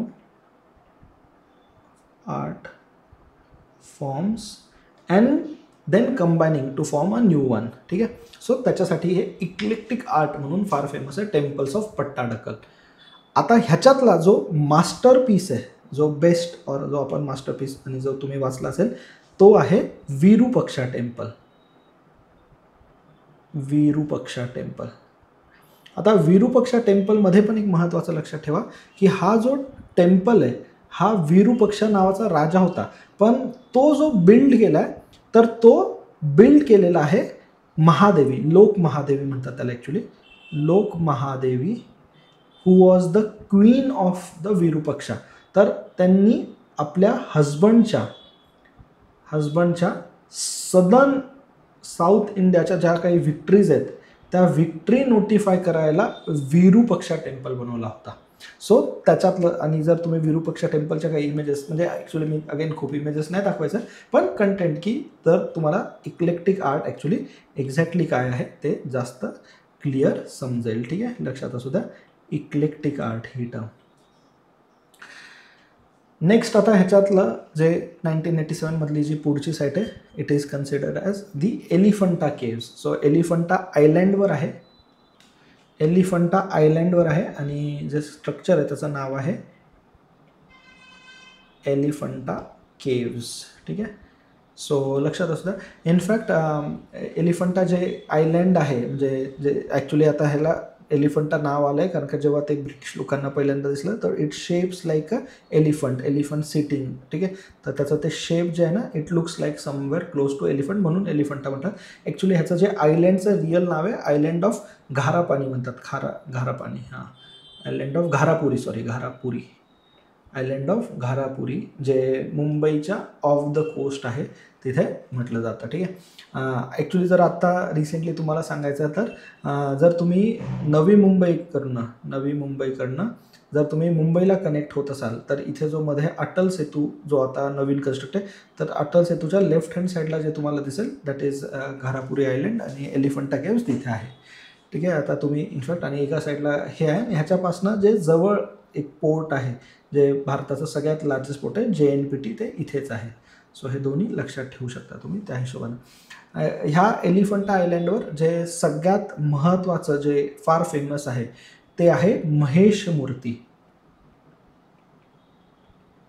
महेशामूर्ती म्हणतात त्याला. तर शिवाचे ना असे 3 faces दाखवले आहेत. तर लेफ्ट फेस, सेंटर फेस आणि एकाच दगडातनं आणि राईट फेस. ठीक आहे. आणि असे 3 फेस म्हणजे एकावर एक मर्ज आहे. तर त्याच्यातला जो लेफ्ट फेस आहे त्याला भैरवा म्हणतात. ते पण म्हणजे आता हे फक्त थोडंसं GK सारखं झालं. महादेवा एक आहे. सो हे महत्त्वाचं. आणि तिसरं जे आहे ते वामदेव आहे. वामदेव. ठीक आहे. सो 3 फेसेस आहेत. तर हे 3 फेसेस फार फेमस आहेत. ॲक्च्युली एलिफंटा केव्ज पण हिंदू आणि एलिफंटा केव्ज असं म्हटलं जातं ते थोडंसं महेश मूर्ती वगैरे हे they are close to the Ellora temple style of architecture. Ellora. आणि म्हणून असं म्हटलं जातं की राष्ट्रकूटा जे आहेत तर राष्ट्रकूटा एम्पायरच्या थोडंसं जवळ पडतं. नेक्स्ट आहे the Chola temples. Chola temples are popularly known as the great living Chola temples. ठीक आहे. सो ॲक्च्युली आता ह्याच्यामध्ये ना 2 गोष्टी लक्षात ठेवा. द फर्स्ट म्हणजे जो चोला टेम्पल आहे ना ह्याच्यातले 3 टेम्पल्स आहेत ज्यांना रिकग्नाईज केलेलं आहे. चोलाचं तुम्हाला सगळ्यात फेमस जे आहे ते माहिती पण आहे. ते आर फेमस फॉर देअर विमानाज. जे ग्रँड्युअर आहे ते विमानासाठी फेमस आहे. जे एक असतं शिखरा इंटरलाइन विमाना जे खूप उंच त्यांचं पिरॅमिडिकल हाईट आहे. ह्या गोष्टी आत्ता नाही पण ज्या 3 युनेस्को हेरिटेज साईट आहेत. जर फर्स्ट जी 1987मध्ये आहे आणि त्यात चोलाचे महत्त्वाचे म्हणजे जे दुसरे 2 आहेत ते 2004मध्ये त्यांना रिकग्नाईज केलं होतं. तर पहिला जो केला होता तर तो म्हणजे सगळ्यात जुना किंवा सगळ्यात फेमस आणि इनफॅक्ट सगळ्यात पहिला चोला डायनेस्टीमधला तो म्हणजे बृहदेश्वरा टेम्पल. ठीक आहे. बृहदेश्वरा टेम्पल जो राजा 1 होता त्याने बिल्ड केला होता. ठीक आहे. राजा 1 द फर्स्ट मॅग्निफिसंट चोल राजा 1. बृहदेश्वरा कुठे आहे तर हा तंजावूरला आहे. It is in the Thanjavur. ठीक आहे. लक्षात असू द्या. बृहदेश्वरा टेम्पल जे 2004ला 2 नवीन ॲड झाले. त्याच्यातला जो पहिला आहे तो अगेन बृहदेश्वरा पण त्याच्यातलं महत्त्वाचं म्हणजे तो त्याला म्हटलं जातं it is consider as Gangaikonda Cholivaram. Gangaikonda Cholapuram और चोलीवरम जे काय आहे ते म्हणजे वन अँड द सेम आहे. फक्त डायलेक्ट कोणती त्याच्यावरनं चोलीवरम ते म्हटलं जातं. It was build bye Rajendra 1. ठीक आहे. हा दुसरा जो किंग आहे राजेंद्र 1 त्याने बिल्ड केलेला होता हा. आणि तिसरा जो आहे जो अगेन ज्याला 2004मध्ये हे केलं होतं तो म्हणजे ऐरावतेश्वरा. ठीक आहे. ऐरावत नाव माहिती आहे तुम्हाला. ऐरावतेश्वरा आणि हा आहे दारासुरमला. आणि हा बिल्ड केला होता राजा 2ने. बरोबर. राजा 2. ठीक आहे. So this was build by Raja 2. So great living of Chola हे 3 आहेत. तर त्याच्यातला जो पहिला आहे युनेस्को वर्ल्ड हेरिटेज आणि 3 टेम्पल जे युनेस्को वर्ल्ड हेरिटेज साईटमध्ये आहे 1987 आणि 2004मध्ये 2 लक्षात राहू द्या. ठीक आहे. ह्याच्यानंतर जे महत्त्वाचं आता अगेन जी लिस्ट इनफॅक्ट एक महत्त्वाचं म्हणजे एक बृहदेश्वरा म्हणजे ॲक्च्युली ना हे लक्षात महत्त्वाचं असणं ठेवलं तर बृहदेश्वरा तर त्याचं काय नाव आलं आहे बृहत प्लस ईश्वरा. तर ईश्वर म्हणजे तर आपल्याला माहिती आहे गॉड आहे आणि बृहत जे आहे तर और इनफॅक्ट ईश्वर जे त्यांना ते कन्सिडर करतात दॅट इज शिवा. आणि बृहत ईश्वर म्हणजे काय तर ग्रेट गॉड. तर तुम्हाला कळेल की जे फेथ शैविझमचं प्रोपोगेशन वगैरे हिंदुइझमचं टेम्पल वगैरे फेमस आहे. मी याच्याबद्दल ॲडिशनल खूप सांगू शकतो की ते कसे कन्स्ट्रक्ट झाले त्याच्यावर 60 टनचं कसं ते आहे पण ते आता आपलं युनेस्को वर्ल्ड हेरिटेज साईट आहे त्याला आपण स्टिक टू राहण्याचा प्रयत्न करू. नेक्स्ट जी महत्त्वाची साईट आहे 1988मध्ये जिला रिकग्नाईज केलं होतं 1988मध्ये it was the Nanda Devi and valley of flowers. Actually Nanda Devi जे आहे ते 1988 आणि त्याच्यासोबत जे व्हॅली ऑफ फ्लावर्स आलं मग त्याला 2005मध्ये परत एकदा म्हणजे 2 असे वेगवेगळे पण रिकग्नाइज केले होते. सो इनिशियली जे होतं तर नंदा देवी नॅशनल पार्क आहे त्याला, नंतर मग व्हॅली ऑफ फ्लावर्स असे 2 केले होते. हे कुठे आहे तर हे चमोली डिस्ट्रिक्ट, चमोलीमध्ये गहरवाल डिस्ट्रिक्ट आहे. So both of the sides are located in Uttarakhand, लक्षात असू द्या. आणि सगळ्यात एक ह्याच्याबद्दल ॲक्च्युली तुम्ही वाचलं पण असेल एक महत्त्वाचं, की जो एंटायर नॅशनल पार्क आहे तर entire park is up to 3500 metre north of the sea level. 3500 metre north of sea level. तर तुम्हाला कळेल की हिमालयन इकोसिस्टमचा खूप मोठा पार्ट ह्याच्यामध्ये आहे. सो नंदादेवी आणि व्हॅली ऑफ फ्लावर्स लक्षात असू दे, दोन्ही उत्तराखंडमध्ये आहे. नेक्स्ट 1989मधली सगळ्यात फेमस, आय होप तुम्हाला आता ही डिफिकल्ट गेली नसेल बिलकुल आयडेंटिफाय करायला, आणि ती म्हणजे सांची स्तूपा. ठीक आहे. So Sanchi stupa is a very famous site as you have read it, visited it, you might have high chances की तुम्ही त्याची व्हिजिट पण केली असेल. सांची स्तूपाला ना महास्तूपा म्हणून पण रिकग्नाइज केलेलं आहे. महास्तूपा म्हणून पण त्याचं रिकग्निशन झालेलं आहे. ॲक्च्युली स्तूपा म्हणजे काय, स्तूपाज कन्सिडर ॲज दी रेलिक्स कन्सिडर केलं जातं. रेलिक्स म्हणजे मोस्टली काय, आणि एक महत्त्वाचं म्हणजे स्तूपाज ना जेव्हा गौतम बुद्ध होते तेव्हा नाही, त्यांच्या महापरिनिर्वाणानंतर तयार झालेले आहेत. सो जे काही त्यांच्या बॉडीचे जे पार्ट्स आहेत, नख असेल, हेअर आहे, वेगवेगळे जे बॉडी पार्ट्स आहेत, त्यांचं रिलिक, त्यांचं स्टोअर किंवा त्यांना कुठेतरी प्रिझर्व करायचं, त्या ठिकाणी ते स्तूपाज बनले आहेत. ठीक आहे. तो रेलिक्स कन्सिडर केलं जातं, हे लक्षात ठेवता. ॲक्च्युली मग त्याच्यात जो सगळ्यात इम्पॉर्टंट आहे त्याच्यातला तो सांची स्तूपा एक महत्त्वाचा आहे. MP मध्ये आहे, रायसेन डिस्ट्रिक्टमध्ये. डिस्ट्रिक्ट माहीत नसलं किंवा असेल तर ठीक आहे, पण MP मध्य प्रदेशमध्ये आहे, एवढं एक लक्षात राहू दे. आता ह्याच्यामध्ये महत्त्वाचं सांची स्तूपामध्ये काय ज्या गोष्टी आहेत, तर एक इम्पॉर्टंट फॅक्ट म्हणजे काय, अशोकाचा जो मुलगा होता, the son of Ashoka, I hope तुम्हाला नाव जर लक्षात असेल तर खूप फेमस नाव आहे, तुम्ही रोज हे कधीतरी ऐकता बघता नाव, महिंद्रा. ठीक आहे. आणि इनफॅक्ट तुम्ही जर बघितलं तर महिंद्रा राजपक्षे श्रीलंकाचे फॉर्मर प्रेसिडेंट, प्राईम मिनिस्टर पण राहिलेले होते. So Mahindra, the son of Ashoka, जेव्हा श्रीलंकाच्या वॉयजवर गेले होते to spread Buddhism, he last time he stopped हे, म्हणजे in fact he visited the stupa आणि इथून मग पुढे जाऊन हे केलं होतं. आणि आजच्या डेटला ह्या स्तूपामध्ये ना 2 जे आहेत, जे फार फेमस नाव आहेत, माझं प्रोनाऊन्सिएशन थोडंसं चुकू शकतं पण तरी पण प्रयत्न करतो, कारण का आता एक्झॅक्ट प्रोनाऊन्सिएशन थोडंसं अवघड आहे लँग्वेज आणि ह्याच्यामुळे. एक आहे सरीपुत्र आणि दुसरं जे आहे प्रोनाऊन्सिएशन थोडंसं जर असेल तर मौदाग्लुयाम. सो मी एकदा स्पेलिंग लिहितो, मौदाग्लुयाम. ठीक आहे. सो आय गेस स्पेलिंग माझं ह्याला मौदाग्लुयाम एक्झॅक्ट आता मला हे नाही, पण सरीपुत्र आणि हे 2 आहेत. हे जे 2 होते ना, हे गौतम बुद्ध यांचे फर्स्ट 2 जे गौतम बुद्धाचे फर्स्ट 2 शिष्य कन्सिडर केले जायचे. ठीक आहे. डिसायपल कन्सिडर केले जायचे, की गौतम बुद्धाचे पहिले 2 डिसायपल्स होते हे. ठीक आहे. सो हे लक्षात ठेवा.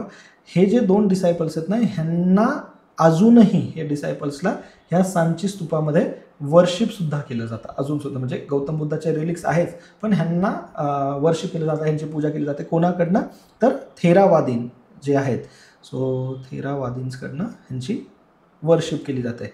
लक्षात राहू द्या. थेरावादीन कोण आहे तर वन ऑफ द फेथ आहे, महायान, हियान, थेरावाद जसं आहे. आणि इनफॅक्ट थेरावाद जे आहे ना त्याच्यावरूनच एक लक्षात ठेवा, Theravada is the official, it is considered as the official religion of Sri Lanka. आणि म्हणून कोणामध्ये कॉन्फ्लिक्ट आहे, श्रीलंका आणि तमिळियन्स, कारण का मग ते यांची जी सिंहालीज आहे ती त्यांनी इम्पोज करण्याचा प्रयत्न केला होता. आता हे जे तुम्हाला दिसेल, आता इथे तुम्हाला ब्रिक स्ट्रक्चर, स्टोन स्ट्रक्चर सगळं दिसेलच ॲक्च्युली.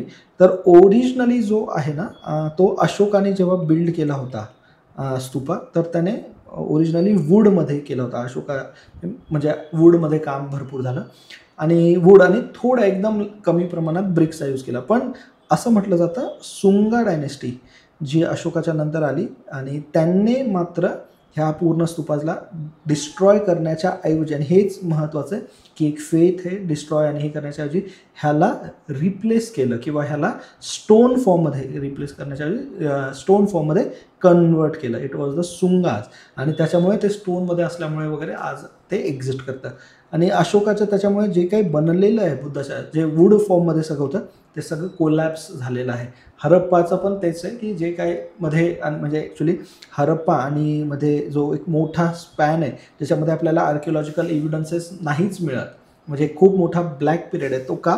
कारण का इथे खूप मोठ्या प्रमाणावर स्टोन आहे. इनफॅक्ट जो आपल्याला माहिती आहे इंद्रप्रस्थ सिटी जी आहे जी बनवली ती सगळी लाकडं तोडून बनवली गेली होती, बरोबर आहे, आणि आपण ते ऐकलं. सो स्टोन आहे जे बर्न झालं किंवा ते एक्झिस्ट नाही करत आहे, हे पण महत्त्वाचं लक्षात असू द्या. त्याच्यानंतर पुढे अगेन मुघल आर्किटेक्चरमधली एक महत्त्वाची दॅट इज हुमायून्स टॉम्ब, हुमायूनची कबर. ही जी बनली होती 1560मध्ये बनली होती. ॲक्च्युली ही जी आहे ना हुमायूनची टॉम्ब ही पहिली मुघल आर्किटेक्चरल जी मॅच्युअर, कारण का बाबर आला, बाबर खूप कमी वर्षासाठी होता, हुमायूँ आला, हुमायूँ हरला, त्याच्यानंतर 1940मध्ये हुमायूँ परत आला, शेरशाह सुरीने हरवलं होतं आणि त्याच्यानंतर त्यांनी इस्टॅब्लिश केलं, पण परत हुमायूँ आला हरवून वगैरे. शेरशाह सुरी सानंद म्हणून बिहारमध्ये आहे, सानंदच नाव आहे का सनस मी एक्झॅक्ट, पण शेरशाह सुरीची जी टॉम्ब वगैरे आहे ना बिहारमध्ये आहे. शेरशाह सुरी पण महत्त्वाचा आहे, रुपया वगैरे त्याचं काम आहे पण ना. आणि मग हुमायूँ परत आला, पण ही आणि खूप कमी टाईमसाठी होतात. असं म्हटलं जातं फ्लोअरवरनं पडला होता आणि वर चालता जाता आणि तो मेला. त्याच्या वाईफने, ठीक आहे, सो त्याच्या वाईफने हुमायूँ टॉम्ब बांधली आहे, ठीक आहे. सो जी त्याची म्हणजे ती टॉम्ब मकबरा आपण त्याला ॲक्च्युली म्हणतात. सो आणि ह्याला कन्सिडर केलं जातं the first grand tomb of Indian subcontinent. First grand tomb of Indian subcontinent. मग नंतर पुढे पुढे वाढलं आणि ॲक्च्युली ह्याच्यामध्येच जो आपल्याला दिसतो, मी जे तुम्हाला आधी सांगितलं की 4 बागचा यूज केला जातो.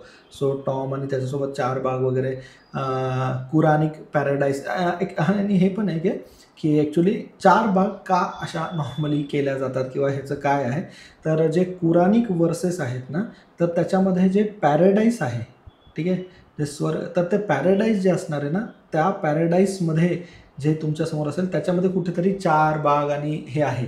सो त्याच्यामुळे त्याचा एक सिग्निफिकन्स आहे, ठीक आहे. आणि आज फक्त असं नाही की बाबा त्याच्यामध्ये हे हुमायूनची एकट्याची टॉम्ब आहे, भरपूर लोक आहेत त्यांची, म्हणजे त्याला dormitory of Mughal members buried here असं म्हटलं जातं. आणि एक तुम्हाला दिसेल की एलिव्हेटेड स्ट्रक्चरवर बनवलेलं आहे, डोमचा यूज एकदम मॅच्युरिटी, आर्चेस आणि डोम्स इथे मॅच्युअर झालेले बघतात. फर्स्ट टाईम नाही यूज केलेला आहे, इथे मॅच्युअर झालेले आहेत, डोम लाईक स्ट्रक्चर कम्प्लीटनेस जो कुठेच नाही तर आर्चेसवर त्याचा लोड येतं, तर तसं ते बनवण्यात. आणि मग हे पुढे जाऊन आपल्याला ताजमहलमध्ये अजून जास्त बेटर दिसतं, ठीक आहे. So this was Humayun's tomb. Actually ही जी आहे it was declared as world heritage site in 1993, ठीक आहे. 1993मध्ये डिक्लेअर झाली. 1993मध्ये अजून एक जी साईट डिक्लेअर झाली होती ती आहे कुतुब मिनार, ठीक आहे, लक्षात असू द्या, कुतुब मिनार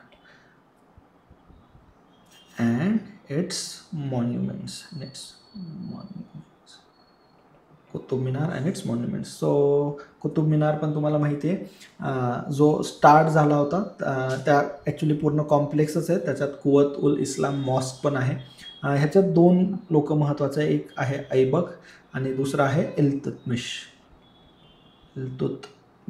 ठीक आहे. हे 2 लोक महत्त्वाचे आहे. ह्याने स्टार्ट केली, ह्याने कंप्लीट केली, दोन्ही रिलेटिव्हच होते, हे पण तुम्हाला माहिती आहे. आता महत्त्वाचं काय तर ह्याच्यामध्ये कुवत उल इस्लाम मॉस्क आहे, अलाई दरवाजा पण आहे.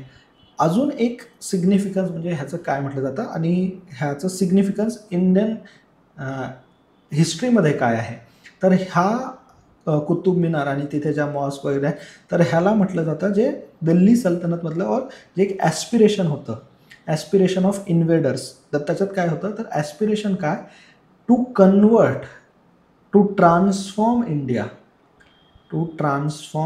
इंडिया फ्रॉम, खूप महत्त्वाचा वर्ड आहे, दार अल हरब, दाल अल हरब, दॅट इज महत्त्वाचं, that is abode of war. 2 दार अल इस्लाम, that is abode of Islam. इथे इस्लाम, जिथे इस्लाम ह्या फेथला आश्रय मिळू शकतो. इथे फक्त युद्ध नाही, आणि त्याच्या आधी पण आपल्याला माहिती आहे गझनी वगैरे हे. तर दार अल हरबला दार अल इस्लाममध्ये, आणि त्याच्यासाठी मॉस्क बनवलं वगैरे ह्या गोष्टी, त्याच्यासाठी तो टॉवर, तो मिनारेट फेमस आहे. आता इथेच तुम्हाला दिसेल हा एक फेमस आहे आयर्न पिलर. हा जो आयर्न पिलर आहे हा गुप्ता पिरियडचा आहे, गुप्ता पिरियडचा आहे, पण तो रिलोकेट करून ह्या जो टेम्पल कॉम्प्लेक्स आहे इथे तो सेटअप करण्यात आला होता. इनफॅक्ट हा गुप्ता जो आहे आयर्न पिलर, तुम्ही बघा जवळपास आज नाही म्हटलं तरी जर आपण 5th सेंचुरी AD पण कन्सिडर, तर 2000 वर्ष, 1500 वर्ष तर मिनिमम झालं आहे. 1500+ इयर्स तर झालेलेच आहे, आणि स्टील विदाऊट रस्टिंग तसाचा तसा उभा आहे. किती पाऊस आणि पाणी बघितले, सायकल गाडी ठेवा एक मॉन्सून तुम्हाला कळेल. सो हे आपलं इनफॅक्ट टेक्नॉलॉजिकल प्रॉवेस दाखवतं इंडियाचं, तर ते पण एक महत्त्वाचं लक्षात ठेवा. Technological prowess of Indian metallurgy, specially Gupta empire वगैरे आहे. हे उदयगिरी जे आहे तर तिथून शिफ्ट केलं होतं. उदयगिरी जे आहे ना MP मधलं, तर तिथून ते शिफ्ट करून ह्या टेम्पल कॉम्प्लेक्समध्ये आणलेलं आहे. ओके, नेक्स्ट जे महत्त्वाचं आहे, आता काही वर्ष लिस्टमध्ये इंडियाचं इन्क्लूड केलं नाही, एक मोठा पॉज होता, आणि त्याच्यानंतर 1999मध्ये जी लिस्ट आली त्याच्यामध्ये जे इन्क्लूड केलं गेलं होतं, तर त्याच्यामध्ये महत्त्वाचं आहे माउंटन रेल्वेज. हे पण एक खूप मोठं हेरिटेज आहे, माउंटन रेल्वेज. आणि जी फर्स्ट 1990मध्ये केली तर ती होती दार्जिलिंगची रेल्वेज. ठीक आहे, so it was the Darjeeling railway, ती इन्क्लूड केली होती. आता दार्जिलिंगची 1999मध्ये झाली, मग 2005मध्ये पण एक इन्क्लूड केली, आणि 2008मध्ये पण इन्क्लूड केली. तर जी ही होती ती निलगिरीची होती, निलगिरी रेल्वेज. आणि जी होती ही सगळ्यांनी ऐकलं असेल, कालका शिमला रेल्वे. ठीक आहे, सो कालका शिमला रेल्वे म्हणजे आपल्याला कळालं की माउंटन रेल्वेजमध्ये दार्जिलिंगची रेल्वेज, निलगिरीची आणि कालका शिमलाची. सो एक नॉर्थ ईस्टच्या जवळपास, एक सदर्न इंडिया आणि एक नॉर्दर्न इंडिया, अशा तीनही हॉटस्पॉटकडे आपल्याला माहिती आहे ज्या माउंटन रेल्वेज आहेत त्या युनेस्को वर्ल्ड हेरिटेज लिस्टमध्ये आहे. आणि एवढं बेसिक माहिती असणं इज मोर दॅन सफिशियंट.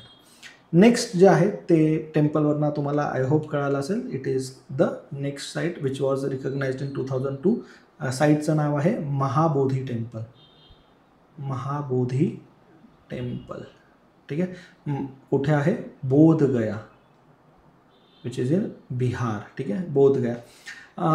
ही असं म्हटलं जातं one of the 4 site which are very important to Gautam Buddha. In fact ह्या साईटमध्ये असं म्हटलं जातं महाबोधीला साईटला की Gautam Buddha got enlightenment under the tree, इथे मिळालेलं आहे, त्याच्यामुळे ते आहे. इनफॅक्ट जो टेम्पल दिसतोय हा टेम्पल ओरिजिनली नव्हता, नंतर तो हे गेला. पण हा इथे फर्स्ट टेम्पल हिअर जो आहे गौतम बुद्धाच्या वगैरे, it was constructed by king Ashoka, emperor Ashoka here. पण तो अगेन वुडन वगैरे होता, तो टिकला नाही. आणि मग त्याच्यानंतर ब्रिकचा यूज पण करून इथे झालेलं आहे. First temple mostly constructed by Ashoka with the use of brick. आणि तो ॲक्च्युली हे झालं, पण नंतर आहे थोडाफार ते बघायला मिळतो. ह्याच्याबद्दल एक महत्त्वाचं जे आहे ते एक लाईन तुम्ही ठेवू शकता लक्षात, की इट इज कन्सिडर, ह्या टेम्पलला म्हटलं जातं the light of Asia. It is consider as the light of Asia. Mahabodhi temple, light of Asia, ह्याला असं कन्सिडर केलं जातं. आणि ह्या टेम्पलचं रिकन्स्ट्रक्शन, ते टेम्पल कॉम्प्लेक्स डेव्हलप करण्यामध्ये खूप मोठ्या प्रमाणावर श्रीलंका जे आहे त्यांचा पण खूप मोठा त्याच्यामध्ये आहे. तर अंगकारिका धर्मपाला ऑफ सिलॉन जे आहे त्यांनी ह्याच्यासाठी खूप इम्पॉर्टंट रोल प्ले केलेला आहे. 1891 पासून तर श्रीलंकाचे जे आहेत तर त्यांनी ह्या टेम्पलसाठी रिजनल, कारण का त्यांच्यासाठी हे फेथ पण थोडंच महत्त्वाचं आहे.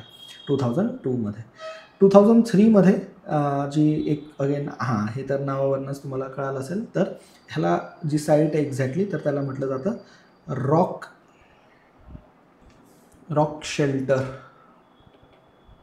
शेल्टर्स ऑफ भीमबेटका, ठीक आहे, रॉक शेल्टर्स ऑफ भीमबेटका 2003 मध्ये युनेस्कोच्या वर्ल्ड हेरिटेज साईटमध्ये आलेली. It is located at the foot hills of Vindhya mountain range, ठीक आहे, विंध्यन माउंटन रेंजच्या फुट हिल्सला आहे. आता भीमबेटका हे नाव कसं आलं तर ॲक्च्युली असं कन्सिडर जातं, it is consider as the sitting place of Bhima. Bhim जे आहे ना त्याची महाभारतातलं भीम त्याची आहे. जो सगळ्यात फेमस वगैरे ह्याच्यातल्या ज्या काही आहेत तर तुम्ही बघितलं असेल, पण सगळ्यात वन ऑफ द इम्पॉर्टंट और ज्या आहे तर त्याच्यातली एक जी पेंटिंग आहे जी बनवली आहे, तर इथे एक पेंटिंग आहे ती आहे red bison attacking a man. एक सिंगल पेंटिंग आहे, खूप मोठी, red bison attacking a man. He painting famous आहे. महत्त्वाचं ही पेंटिंग तेव्हाच दिसते जेव्हा सनलाईट इथे पडतो. तर इमॅजिन करा ती कशी बनवली असेल, त्याचं काय महत्त्वाचं आहे पण आहे, ठीक आहे. सो ही 2003 मध्ये इन्क्लूड केलेली आहे. नेक्स्ट आहे चंपानेर, जे पावागड आहे, पावागड पार्कला आहे, ठीक आहे, जे गुजरातमधली साईट आहे. ही 2004 मध्ये युनेस्को वर्ल्ड हेरिटेज साईटमध्ये आली. गुजरातमधला एक हे पंचमहाल डिस्ट्रिक्टमध्ये, डिस्ट्रिक्ट नाही लक्षात ठेवलं तरी चालेल, पण पंचमहाल डिस्ट्रिक्टमध्ये पावागड हिल्समध्ये हे आहे. अगेन महत्त्वाचं म्हणजे ही एक सिटीज आहे Champaner city. It was founded bye Vanraj Chavda dynasty. City founded by Vanraj Chavda dynasty during 8th century, ठीक आहे, ड्युरिंग 8th century. त्याच्यासाठी ती फेमस आहे, ठीक आहे. चंपानेर 2004 मध्ये याला रिकग्नाइज केलेलं आहे. 2004 मध्ये अजून एक महत्त्वाचं रिकग्निशन जे मिळालेलं आहे युनेस्को वर्ल्ड हेरिटेज साईटमध्ये, that is Chhatrapati Shivaji Maharaj terminus, जे earlier consider as VT Victoria terminus. ह्याला पण 2004 मध्येच formerly known as VT Victoria terminus त्याला मिळालेलं आहे. हे सगळ्यात महत्त्वाचं काय दाखवतं तर it shows the iconic Victorian Gothic architecture. त्याच्यासाठी फेमस आहे व्हिक्टोरियन गोथिक आर्किटेक्चर, आणि ते दाखवण्याचा प्रयत्न करतात तर तुम्हाला दिसेल पण. आणि तेव्हा ते कन्स्ट्रक्ट केलेलं आहे 1878 का 1888च्या अप्रॉक्सिमेटली ही कन्स्ट्रक्ट म्हणजे हे. आणि आज one of the busiest I guess 13-14 platform आहे, one of the longest railway station in the world. त्याचं रिकग्निशन आहे, त्याचं आर्किटेक्चर पण ते आहे. रिसेंटली ॲक्च्युली गव्हर्मेंट ऑफ इंडियाने जे काही फेमस असे 5 रेल्वे स्टेशन्स आहेत ज्यांचं पूर्ण अपलिफ्टमेंटचं काम करायचं आहे. म्हणजे स्ट्रक्चर तसंच ठेवायचं पण बाजूला जेवढं काही अजून चांगला म्हणजे जे काही करता येईल वगैरे, सो ते करण्याचा प्रयत्न इथे केलेला आहे. आणि त्यामध्ये एक हे CSTM आहे. आणि असं म्हटलं जातं की 2027पर्यंत जेव्हा और 28पर्यंत हे पूर्ण रेल्वे स्टेशन एक रिफॉर्म, म्हणजे स्ट्रक्चर तसंच आहे पण पॅसेंजर मूवमेंट वगैरे जे ह्याचा लोड वगैरे वेगळं करून ते करण्याचा प्रयत्न केलेला आहे. नेक्स्ट 2007 मध्ये अगेन इम्पॉर्टंट जे तुम्हाला आय होप आयडेंटिफाय झालं, that is red fort. Red fort of Delhi, ठीक आहे, रेड फोर्ट ऑफ दिल्ली, लाल किल्ला म्हणून फेमस आहे. ह्याला रिकग्निशन मिळालं. ॲक्च्युली जे आधीचा जो एरिया होता ॲक्च्युली, तर रेड फोर्ट तुम्हाला सगळ्यांना माहिती की शहाजहान आणि ह्यांनी हे केलेलं. तर आधी ह्याला ना सलीमगड म्हणायचे, पण नंतर शहाजहाननी ह्याला शहाजहानाबाद म्हणून एक वेगळी सिटी जी आहे तर ती बांधण्याचा प्रयत्न केला होता. आणि त्याच्यानंतर जे कॅपिटल पण जे आहे आग्रावरनं इथे शिफ्ट केलं होतं, शहाजहानाबाद समथिंग. आणि रेड सँडस्टोनने पूर्ण अगेन बनवायचं. हे जे रेड सँडस्टोन आहे हे कुठून यायचं तर तुम्हाला सगळ्यांना जे UPSCचं भवन आहे, ढोलपूर हाऊस म्हणतात ना, ढोलपूर हाऊस ॲक्च्युली ते ढोलपूर प्रिन्सली स्टेट आहे राजस्थानचं.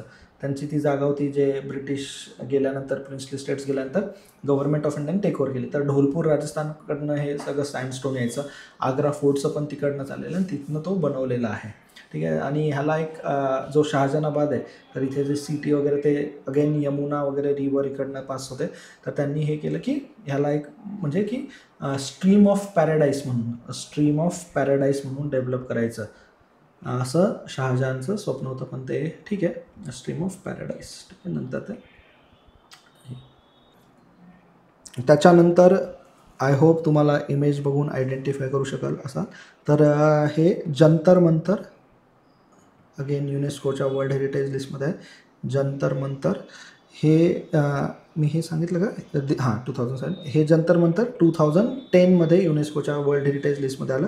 तर जंतर मंतर काय आहे, तर जंतर मंतर कुठलं, तर जयपूरचं, ठीक आहे, जयपूर राजस्थानमधलं. तर हे काय आहे, तर इट इज म्हणजे सोप्या भाषेत जर कोणाचं आहे तर it is astronomical observation site. Astronomical observation site, ठीक आहे. ॲस्ट्रॉनॉमिकल ऑब्झर्वेशन साईट आहे ही. का असं आहे की म्हणजे त्याचं नाव का असं आहे की बिकॉज ते जे इक्विपमेंट्स आणि ते सगळं जे यूज केलेलं आहे, तुम्ही एक्झॅक्ट टाईम आणि ज्या कॉस्मोलॉजिकल कॉन्सेप्ट आहे त्या एक्सप्लेन करू शकता. कॉस्मोलॉजिकल कॉन्सेप्ट्स तिथे एक्सप्लेन करू शकता. टाईम एक्झॅक्ट सांगू शकता किती आहे, आणि with the use of instruments. तर हे जे आहे ना, जयपूरचा जो फाउंडर आहे त्यांनी सवाई जयसिंग, ठीक आहे, त्याच्याच नावावर ॲक्च्युली जयपूर वगैरे, सवाई जयसिंग यांनी ते इस्टॅब्लिश करण्याचा प्रयत्न केला होता 1734मध्ये जंतर मंतर इस्टॅब्लिश केला. ॲक्च्युली एक महत्त्वाचं सन डायल पण त्यांचं, स्टोन सन डायल पण खूप वर्ल्ड्स लार्जेस्ट स्टोन सन डायल आहे हे, तर ते पण तिथलं फार फेमस आहे. आता महत्त्वाचं म्हणजे असं एक जंतर मंतर नाही, तर टोटल 5 जंतर मंतर आहे. तर एक तर आपण बघितलं जे जयपूरचं आहे, पण त्याच्यानंतर एक दिल्लीचं आहे, त्याच्यानंतर वाराणसीला पण एक आहे,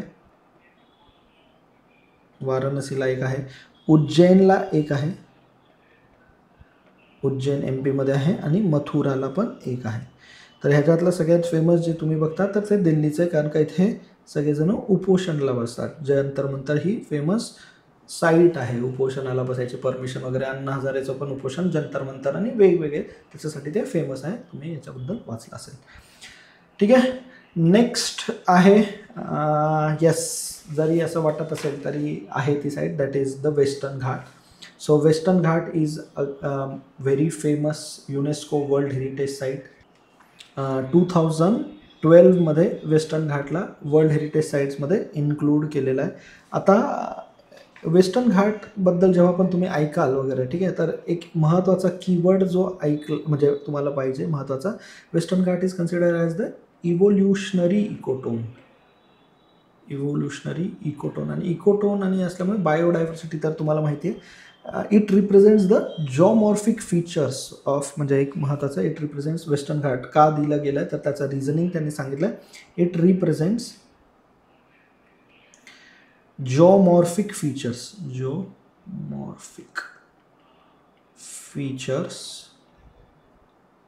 of immense importance,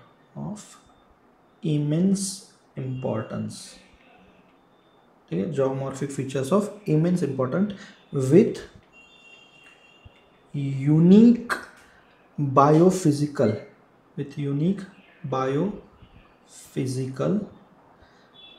and ecological processes. हे प्लीज तुमच्याकडे लिहूनच पाहिजे, सो दॅट ते जेव्हा तुमच्याकडे असेल इंट्रोडक्शन कुठे कुठे ते यूज होईल. किती स्टेट्समधनं जातं, गुजरात, महाराष्ट्र, गोवा, कर्नाटक, केरळ आणि तमिळनाडू. तर टोटल 6 स्टेट्समध्ये वेस्टर्न घाट्स स्प्रेड आहे. ॲप्रॉक्सिमेटली 1600 किलोमीटर्सचा लॉंग कोस्टलाईन आहे, त्याच्या आजूबाजूच्या त्या एरियामध्ये वेस्टर्न घाट आहे. वेस्टर्न घाटमध्ये एक फेमस म्हणजे ॲक्च्युली तुम्हाला ऐकलं असेल तर शोला ग्रासलँड पण, सदर्न इथे शोला ग्रासलँड पण फार फेमस आहे. शोला ग्रासलँड्स का फेमस आहे, कारण का मोस्टली त्याच्या एकतर एंडेमिझम तर खूप जास्त आहे, कारण का एंडेमिझम म्हणजे काय की ही स्पीशी इथेच मिळते, दुसरीकडे कुठे मिळत नाही, ते तर आहे. आणि एक महत्त्वाचं म्हणजे ह्याचा जो ग्रास किंवा जो ग्रासलँड इकोसिस्टम आहे, it is famous for their water retention capacity. Capacity. Water retention कॅपॅसिटीसाठी पण शोला ग्रासलँड फेमस आहे. इनफॅक्ट नीलकुरिंजी, जो निलगिरी बायोस्फिअर रिझर्व आहे, नीलकुरिंजी जे 12 वर्षामध्ये ब्लॉझम करतात ते फ्लावर्स वगैरे पण इथले फेमस आहेत. ठीक आहे. So this is about basic simple of western Ghat. Next आहे हिल फोर्ट्स ऑफ राजस्थान. 2013मध्ये ह्यांना वर्ल्ड हेरिटेज साईट्समध्ये आले. तर टोटल जे आहेत ना तर ते असे 6 जे फोर्ट्स आहेत, 6 किल्ले जे आहेत राजस्थानचे, Ranthambore fort, Kumbhalgarh fort, Amer fort, Chittorgarh fort, Jaisalmer fort, Gargaon fort. तर असे 6 जे आहेत ना ते फोर्ट, ह्या 6 फोर्ट्सला मिळून ते एक सिंगल त्यांना हिल फोर्ट्स ऑफ दिलेलं आहे. त्याच्यातलं जे काही फेमस जे आहे तर तसं चित्तौडगड फोर्ट आहे. तर तुम्हाला इथे दिसेल हे फार फेमस आहे 2 स्तंभांसाठी. चित्तौडगड म्हणजे गड आहे आणि त्याच्यावर 2 खूप हाय रायझिंग टॉवरसारखं आहे. तर एकाचं नाव आहे विजयस्तंभ आणि दुसऱ्याचं नाव आहे कीर्तिस्तंभ. त्याच्यासाठी फार फेमस आहे. आता त्याच्यात जी कुंभलगड फोर्ट आहे तर कुंभलगड फोर्ट फार फेमस आहे. In fact to the west side of the Aravalli कशासाठी फेमस आहे? The great wall of India. Great wall of India म्हणजे एक किल्ला आहे आणि त्या किल्ल्याची जी भिंत आहे बरोबर, जे फोर्टिफिकेशन केलं ते टोटल जर किलोमीटर वाईज काउंट केलं तर 35 किलोमीटर एवढी लांब, म्हणजे त्या अरवलीच्या त्या साईडला तेवढं त्याचं हे केलेलं आहे. आलं लक्षात? सो त्याच्यामुळे तेवढं म्हणजे फक्त लक्षात. आता रणथंबोर पण तुम्हाला माहिती कशासाठी फेमस असेल, त्याच्याजवळ रणथंबोर नॅशनल पार्क वगैरे ह्या गोष्टी तुम्हाला माहिती. So these are the forts जे एक हेरिटेज वगैरे दाखवण्याचा प्रयत्न करतं असं कुठेतरी त्यांचं आहे. This was in 2013. नेक्स्ट 2014मध्ये जे एक फार फेमस आहे, it is consider as Rani ki Vav. Rani ki Vav that is consider as the queen's step well. Rani ki Vav हे पाटणमध्ये आहे. पाटण जे गुजरातमध्ये, पाटण ॲक्च्युली मेहसाणा डिस्ट्रिक्टमध्ये आहे. मेहसाणा अहमदाबादपासून हार्डली माझ्या ते 101 किलोमीटर असेल. मेहसाणा डिस्ट्रिक्ट गुजरातमध्ये आहे. On the banks of river Saraswati. आता सरस्वती रिव्हर ॲक्च्युली तशी नाही आहे म्हणजे एवढी असं, पण जेव्हा होती वगैरे तर ते आहे. राणी की वाव हे एका क्वीनने बांधली, पण जे महत्त्वाचं लक्षात ठेवा की 11th सेंचुरीमध्ये ही 11th सेंचुरी AD मध्ये बिल्ड केलेली आहे. आणि त्याचं जो स्टाईल ऑफ आर्किटेक्चर आहे त्याला मारा गुर्जरा आर्किटेक्चर स्टाईल म्हणतात. मारा गुर्जरा स्टाईल ऑफ आर्किटेक्चरल स्टाईल. ठीक आहे, आर्किटेक्चरल स्टाईल म्हणजे काय ॲक्च्युली हे काय तर ही जी वेल आहे ना ॲक्च्युली तसं बघितलं तर 7 स्टोरी खोल आहे, पण जर ती उभी इस्टॅब्लिश केली असते वेलच्या ऐवजी म्हणजे तर it would have look like a temple. तर हे म्हणजे ह्याच्यावरच्या कार्विंग्ज आणि ते ना just like a temple in a inverted form. आणि का इन्व्हर्टेड फॉर्म? कारण का वेल क्रिएट करायची. आता मेन आहे की फक्त आपण जेव्हा अभ्यास करतो ना तर तुम्हाला हेच महत्त्वाचं आहे UPSCने की बाबा फक्त ठीक आहे हे तर फॅक्च्युअल आहे हे माहिती, ह्याचा सिग्निफिकन्स पण कुठेतरी तुम्हाला पाहिजे की 11th सेंचुरी AD मध्ये राणी एक वेल बनवते. भीमदेव जो राजा आहे त्याच्या आठवणीमध्ये, टू रिमेंबर. आता तुम्ही इथेच इम्पॉर्टन्स आहे बघा. तर वेल बनवते काय की बाबा कुठे पण उन्हाळा असेल काय असेल आणि त्या पाटानं तो एक्झॅक्ट तुम्ही जर लोकेशन बघितलं तर नॉर्थ वेस्ट ऑफ अहमदाबाद आहे.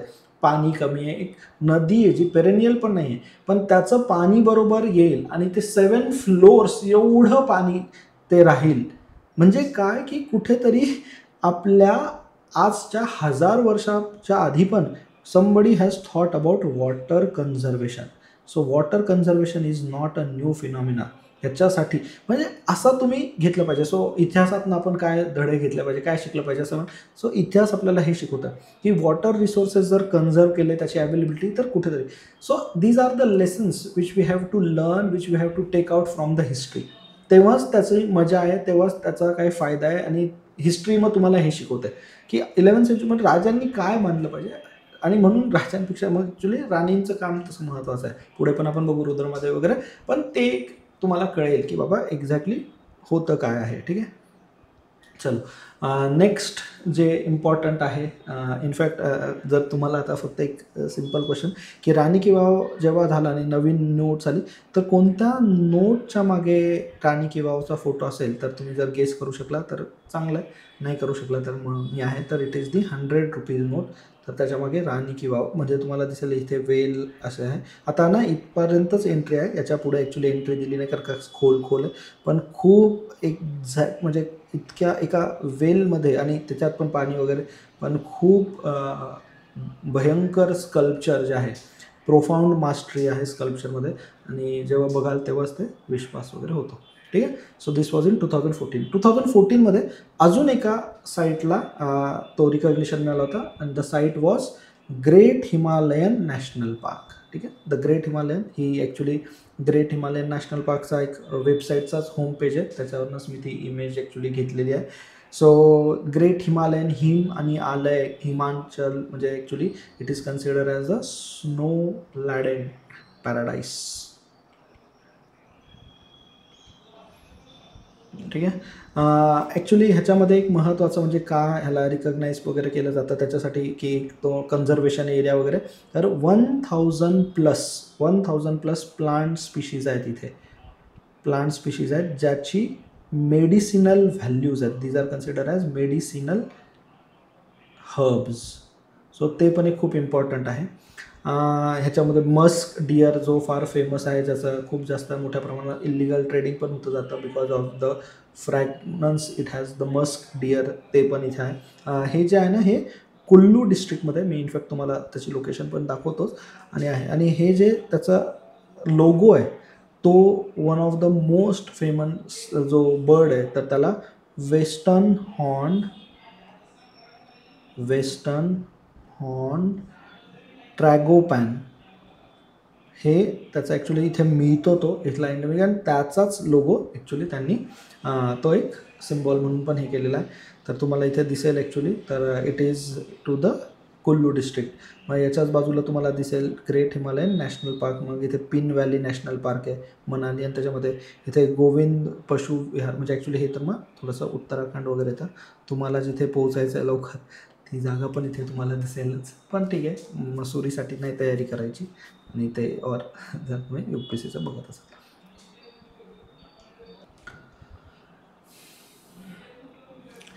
Next is the archaeological sites of Nalanda Mahavihara. So नाव आहे archaeological sites of Nalanda Mahavihara, बिहारमध्ये आहे. ठीक आहे. So this site was recognized as UNESCO world heritage site in 2016.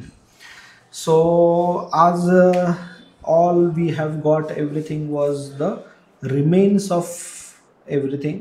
It was built by Kumar Gupta one during I guess 430 AD च्या approximately आहे exact, पण 430 AD च्या अप्रॉक्सिमेटली कुमार गुप्ताने बिल्ड केलेली आहे. म्हणजे it is consider as the monastic and scholastic institution from 3rd century, 4th century, 5th century AD to 13th century, म्हणजे ॲक्च्युली 5th century to 13th century AD, जवळपास for 800 years it was a institution of excellence of that time. म्हणजे इथे जे evidences आहेत, तर evidences of organized, महत्त्वाचे words आहेत, organized transmission of knowledge over a period of 800 years. In fact, it also testifies the development of Buddhism in this region. In fact, म्हणजे ह्या जरी कुमार गुप्तानी वगैरे बिल्ड केली, पण ह्या नालंदाला नंतर जी वेस्ट बेंगॉल आणि त्या नियर बाय रिजनमध्ये पाला डायनेस्टी जी होती, त्या पाला डायनेस्टीनी पण भरपूर प्रमाणात याला पॅट्रोनेज दिलं होतं, आणि त्याच्यामुळे मग फंड्स असेल, वेगवेगळ्या इन्स्टिट्यूशन, लायब्ररीज असेल वगैरे इथे हे आहे. आता इथे जे सब्जेक्ट्स जे शिकवले जायचे त्यामध्ये पण खूप इम्पॉर्टन्स आहे. इथे वेद शिकवला जायचा, वेदास, त्याच्यानंतर ग्रामर, पाणिनी ग्रामर पण शिकवलं जायचं. महत्त्वाचं म्हणजे मेडिसिन, सुश्रुत ह्यांचं मेडिसिन आणि ह्यांचे टेक्स्ट पण होते. लॉजिक, इनफॅक्ट लॉजिक तर एवढं महत्त्वाचं असं म्हटलं जातं की इथे जे एंट्रन्सला द्वारपाल जे होते ते तुम्हाला लॉजिकचे क्वेश्चन विचारायचे, आणि जर तुम्ही ते क्वालिफाय तर तुम्हाला कुठे एंट्री तर होती. देन मॅथमॅटिक्स पण इथे खूप जास्त मोठ्या प्रमाणावर एक इम्पॉर्टन्स आहे. ॲस्ट्रॉनॉमीला विसरायचं नाही, ॲस्ट्रॉनॉमी फ्रॉम दॅट ए. आणि लास्ट म्हणजे अगेन हे पण जे आठवतं आहे त्याच्यातलं, दॅट इज द अल्केमी. बरोबर आहे, अल्केमी म्हणजे I hope the alchemist. Actually alchemist कोणाला म्हणतात, ज्याच्याकडे आहे की लोखंडाला सोन्यामध्ये, but that is which is nothing but the metallurgy, की बाबा how the alloy can be formed. कळालं का? बॉक्साईट वासना ॲल्युमिनियम, हे विषय सायन्स इन्स्टिट्यूशन हे होते. But again over the period आणि मग त्याच्यात बुद्धिझम वगैरे आहे. सो आपल्याला हे ह्या फॉर्ममध्ये जेव्हा भेटले तर we form this in these kind of ruins. Actually झालं तर बख्तियार खिलजी आहे, तर बख्तियार खिलजीने पूर्ण हे बर्न केलं. असं म्हटलं जातं की जवळपास 8 महिने सगळे पुस्तकं जे त्याच्यातल्या मॅन्युस्क्रिप्ट्स आहेत त्या जळत होत्या. धुवा जो आहे जवळपास याचा 1 वर्षभर जवळपास. आणि जो अल्लाउद्दीन खिलजीचा वगैरे जनरल होता आर्मीचा, बख्तियार खिलजीने ते 1200 सेंचुरीच्या आसपास त्याला बर्न केलं, सगळं झालं. म्हणजे तेव्हाचे मग नंतर रुईन्स. आणि मग त्याच्यानंतर अगेन की बाबा जो सर्वे होता वगैरे, तर हे फ्रान्सिस, नाव लक्षात ठेवू शकता तुम्ही ॲक्च्युली, फ्रान्सिस बुचानन. आणि ह्याने एक इनिशियली सर्वे केलं होतं आणि त्याने की असं आहे काहीतरी वगैरे. आणि त्याच्यानंतर एक फार इम्पॉर्टंट नाव ज्याने मग ते रिवाईव्ह वगैरे करण्याचा पूर्ण म्हणजे तो एफर्ट्स वगैरे झाला, and that is none other than Alexander Cunningham. So Alexander Cunningham ज्याने आर्किओलॉजिकल सर्वे ऑफ इंडिया 1861-62, मग त्याने अल्टिमेटली हे रिवाईव्ह केलं आणि त्याला जे काही स्टेटस द्यायचा प्रयत्न केला तो केला. भरपूर म्हणजे एक इन्स्टिट्यूशन ऑफ एक्सिलन्स होतं आणि ते काही रुईन्सचे फोटोज वगैरे म्हणजे आता तर आहे. पण अगेन मग काय झालं की असं म्हटलं जातं की बाबा ठीक आहे हे पास्ट आहे, पास्ट वाईट आहे, ठीक आहे. पण मग त्याच्यानंतर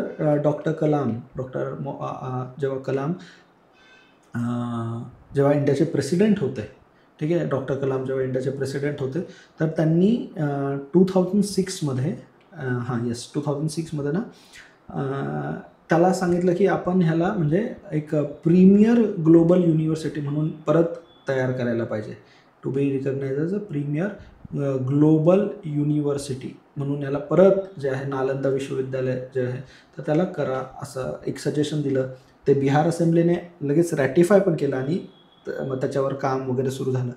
पण महत्त्वाचं म्हणजे की ते सगळं आहे आणि त्याच्या पुढे होत गेलं. आणि रिसेंटली म्हणजे व्हेरी रिसेंट 19 जून 2024ला prime minister inaugurated the campus of Nalanda, आणि नालंदाचं ग्लोबल युनिव्हर्सिटीचं कॅम्पस रिसेंटली इनॉग्रेट केलं. ह्याला म्यानमार, श्रीलंका, व्हिएतनाम, जपान, कोरियासुद्धा यांचेसुद्धा सगळे जे ॲम्बॅसेडर्स वगैरे होते ते तिथे प्रेझेंट होते. दॅट शोज द वेगवेगळ्या म्हणजे जे ट्रॅव्हलर्स आहेत त्यांच्या अकाउंट्समध्ये नालंदाबद्दल लिहिलं जातं. ब्राईटेस्ट ऑफ द माइंड्स आहे आणि ते तिथे होते आणि त्यावेळेसची ती बार्बरिक ॲक्ट होती. ठीक आहे. So let's move ahead with that. आणि नेक्स्ट आहे architectural work of Le Corbusier. सो 2016मध्ये वर्ल्ड हेरिटेज साईटमध्ये इन्क्लूड करण्यात आलं होतं.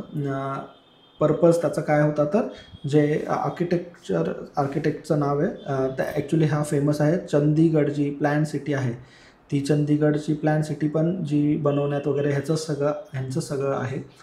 सो मास्टरपीस ऑफ याचं ॲक्च्युली रिकग्नाइज केलं गेलं, that is the masterpiece of creative genius. ठीक. सो लक्षात असू द्या. आणि मग की internationalisation of architectural practices across the planet protect करण्याचं हे काम आहे. ठीक आहे. सो वर्ल्डमधले वेगवेगळ्या साईट्स आहेत इंडियामध्ये, त्याच्यासाठी ते फेमस आहे. नेक्स्ट आहे अगेन आता थोडंसं एक इम्पॉर्टंट आहे.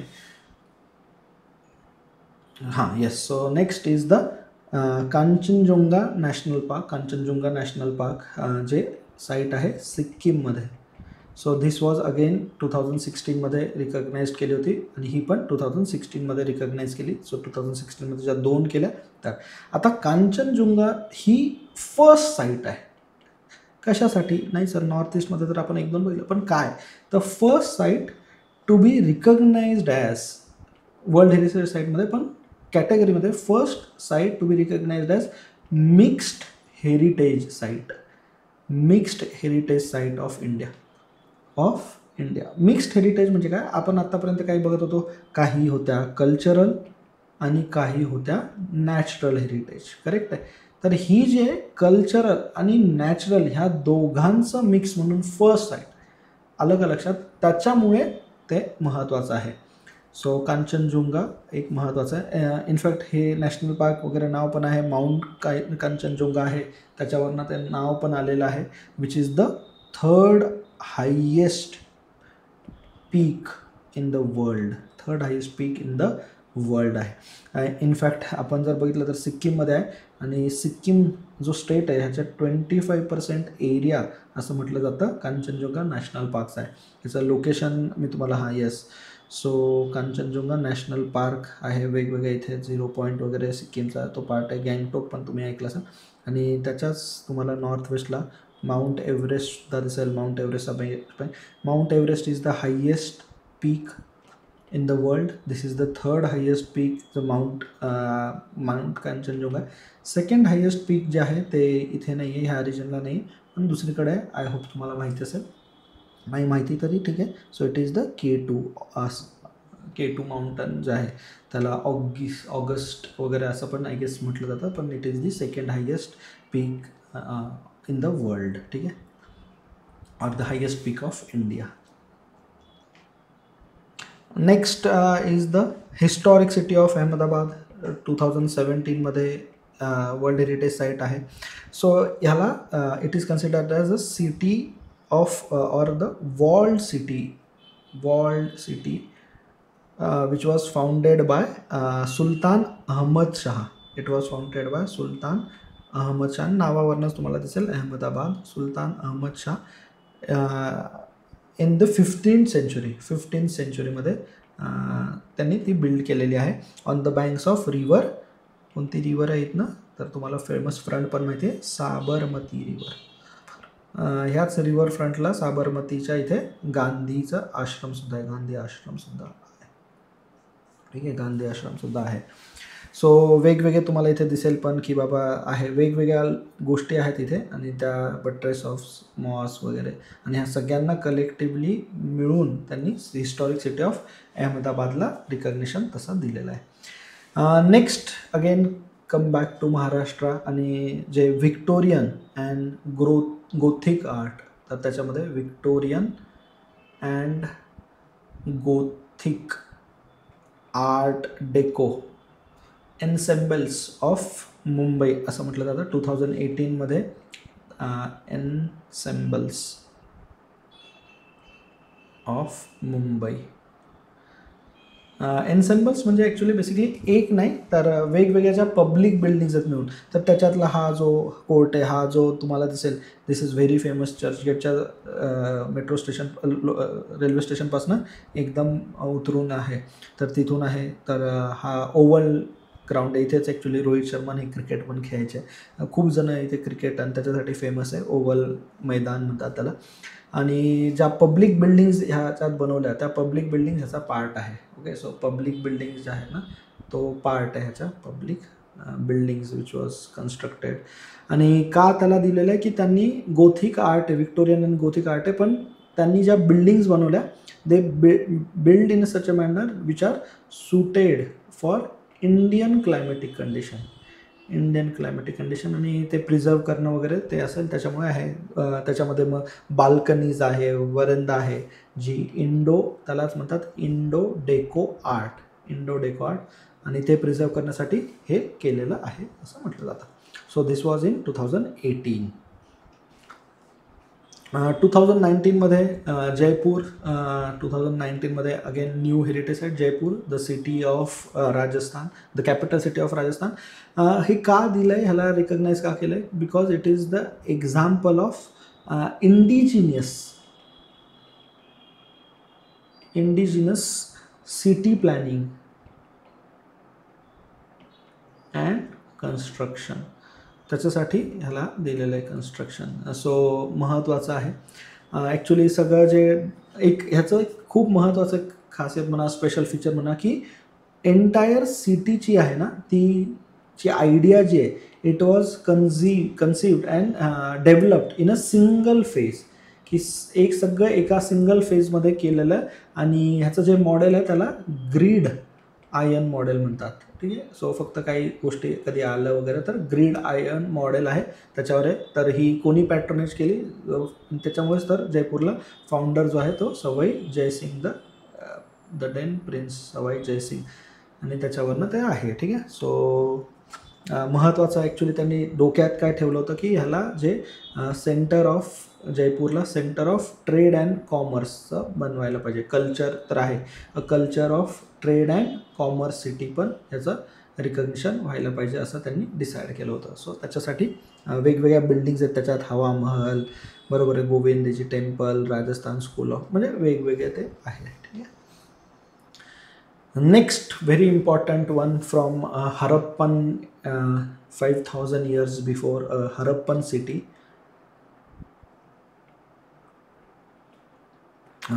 2021मध्ये ह्याला रिकग्नाइज केलेलं आहे आणि द नेम इज ढोलावीरा.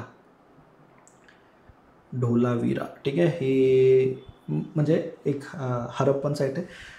ही कुठे आहे तर ह्याचं जर लोकेशन वगैरे आपण बघितलं आपण तर इट इज एक्झॅक्टली म्हणजे जे आहे तर इट इज दी खादीर आयलँडवर आहे. आणि खादीर बेट म्हणतात आपण त्यावर, खादीर आयलँडवर आहे. आणि मेन म्हणजे कच्छ रिजनवर आहे. ठीक आहे. कच्छ, गुजरातच्या कच्छ रिजनवर आहे. फेमस कशासाठी आहे, अगेन तुम्हाला हरप्पन आहे तर वॉल्ड सिटी म्हणून फेमस आहे. बरोबर आहे, वॉल्ड सिटी म्हणून फेमस आहे. अर्बन प्लॅनिंग म्हणून फेमस आहे. अर्बन प्लॅनिंग जे सगळं कन्स्ट्रक्शन टेक्निक्स त्याच्यासाठी फेमस आहे. सगळ्या हरप्पन सिव्हिलायझेशनच्या वगैरे त्याच्यात आहेत. वॉटर मॅनेजमेंट त्याच्यासाठी फेमस आहे. सोशल गव्हर्नन्ससाठी फेमस आहे. आता इनफॅक्ट तुम्हाला एक सिम्पल बघा, ग्रीड लाईक पॅटर्न तुम्हाला दिसेल की रोड साईड आणि ग्रीड लाईक पॅटर्न त्याच्यामध्ये आहे. फक्त एक तुम्हाला हे दाखवतो तर घरं आहेत तर हे जे तुम्हाला दिसतं आहे this is consider as the drainage system. आणि ह्या ड्रेनेज सिस्टीमचा पाण्याचा फ्लो आणि तो स्लोप जो बनवलेला आहे तो स्लोप खूप एलिगंट आहे. ह्या स्लोपच्या इथे स्टार्टिंगला वगैरे वॉटर ब्रिक आहे, पण तिथे जे फिनिशिंग जी दिलेली जिथे पाणी अडायला नाही पाहिजे वगैरे किंवा फ्लो, तर इथे टेरेकोटाची जी फिनिशिंग आहे, ब्रिक जी बर्न केली वगैरे, तर टेरेकोटाची ती फिनिशिंग वगैरे, तर खूप म्हणजे भयंकर अशी स्ट्रॅटेजिक ॲडव्हान्टेज. आणि ते 5000 वर्षापूर्वी बनवलं आहे.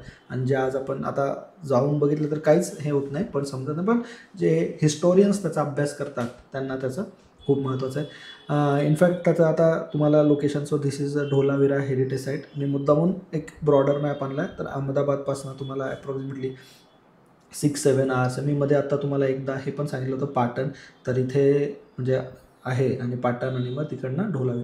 इनफॅक्ट इथे ही जी बॉर्डर दिसते तर दिस इज द पाकिस्तान. आणि तुम्हाला दिसेल तर रन ऑफ कच्छ, आणि तिथे एकदम बॉर्डर रिजनला त्याचं स्ट्रॅटेजिक लोकेशन पण होतं.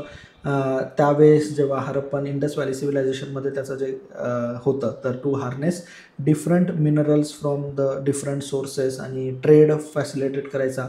ओमन म्हणजे जे तेव्हाचं ओमान, मेसोपोटमिया, आणि जे टिग्रिस आणि युफ्रेटस रिव्हर होत्या त्या रिव्हर्सच्या सोबत ट्रेड आणि कॉमर्ससाठी फार फेमस आहे.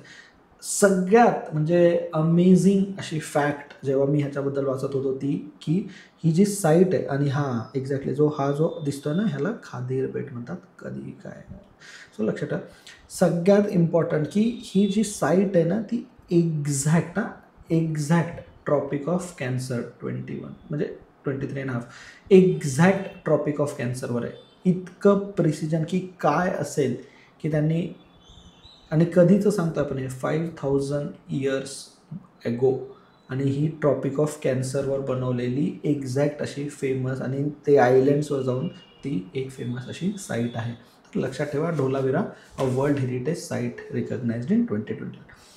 2021मध्ये त्याच्यानंतर अजून एक फेमस साईट जी रिकग्नाइज झाली होती, इट वॉज द रमप्पा.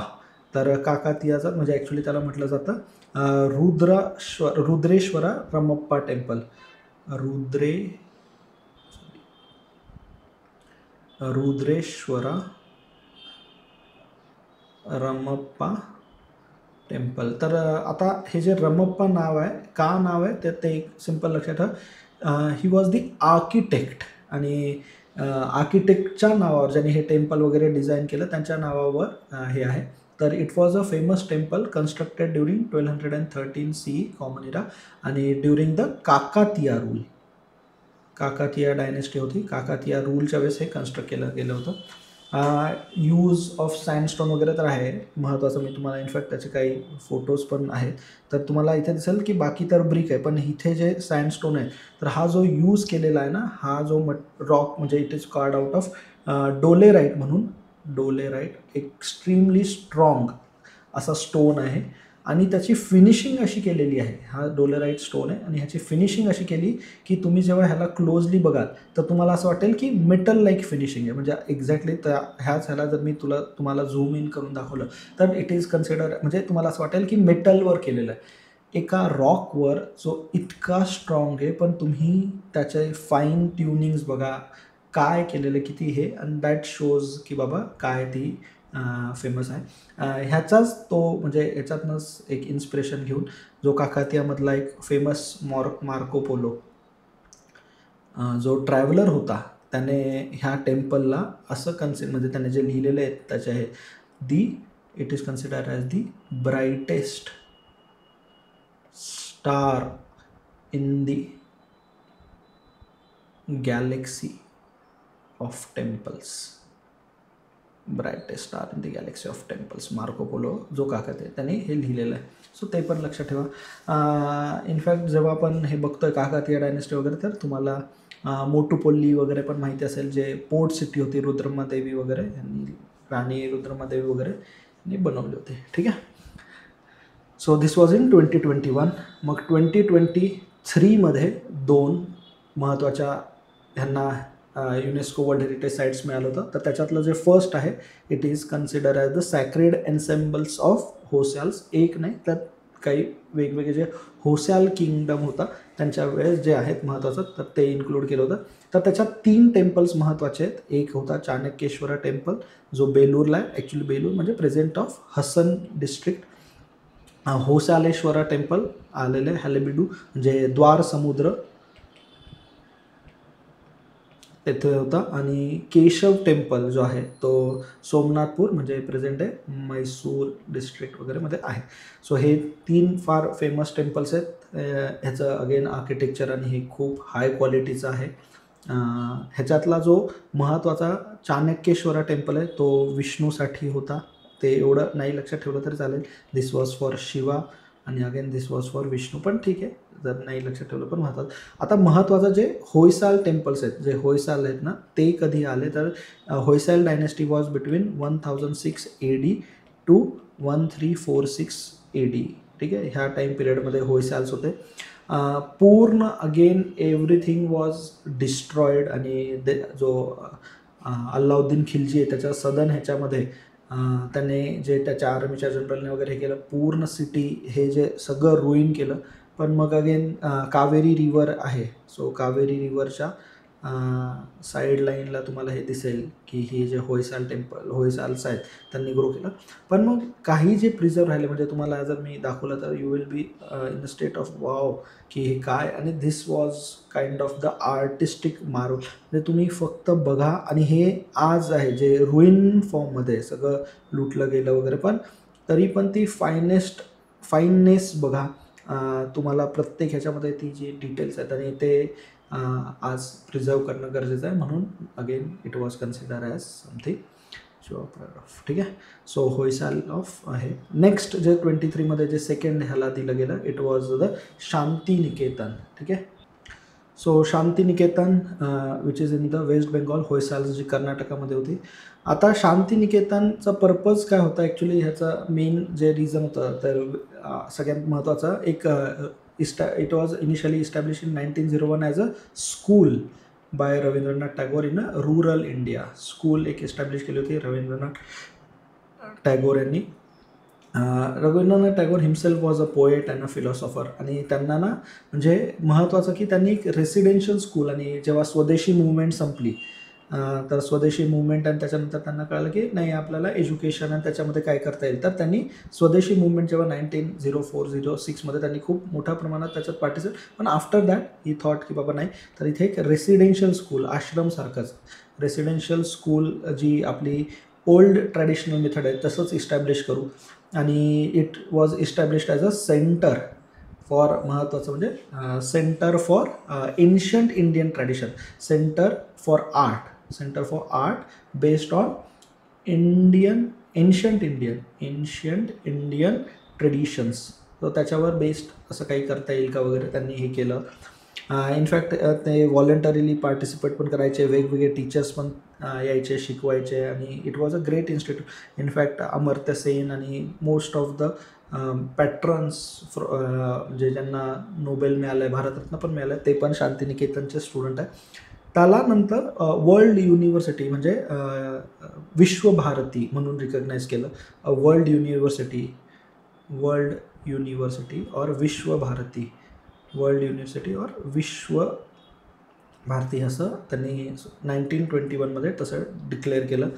आणि मेन त्यांचं एम तेच होतं की ओरिएंटल स्कूलपेक्षा वेगळं, म्हणजे जे ब्रिटिश मॉडेल होतं, सो ब्रिटिश मॉडेल जे आपण म्हणू जे ओरिएंटल होतं, तर ते ओरिएंटलपेक्षा वेगळं बट एक पॅन एशियन मॉडर्निटी क्रिएट करायची, एक पॅन एशियन मॉडर्निटी क्रिएट करायची based on our own ancient and folk traditions वगैरे, की आपण त्यांच्याकडनं ते मॅनर्स एटिकेट घेण्यापेक्षा की आपले एशियन मॉडर्निटी काय असेल का वगैरे, म्हणून एशियामध्ये पण रवींद्रनाथ टागोर यांना खूप तसं महत्त्व आहे. So Shantiniketan where he lived, where many of the student residential school आहे. ॲक्च्युली ह्याला असं पण म्हटलं जातं where the world form a single nest, Shantiniketan त्यांचं म्हणजे हे where the world form a single nest. त्यांनी रवींद्रनाथ टागोरनी पण वेगवेगळ्या डॉक्युमेंटरी स्टोरीज लिहिल्या. गोरा जी आहे त्याची एका माणसावरती फार फेमस आहे गोरा, त्याच्या स्टोरीज भरपूर फेमस आहेत की कसं some of the times orthodoxical element of our society हेच आपल्याला कसं जास्त हे करतात. Okay, so this was the 43rd site जी 2023 आली. द मोस्ट रिसेंट वन ज्या 2 आल्या ही पण 2023 आलेली आहे. सो 2 ज्या आल्या 42 आणि 43.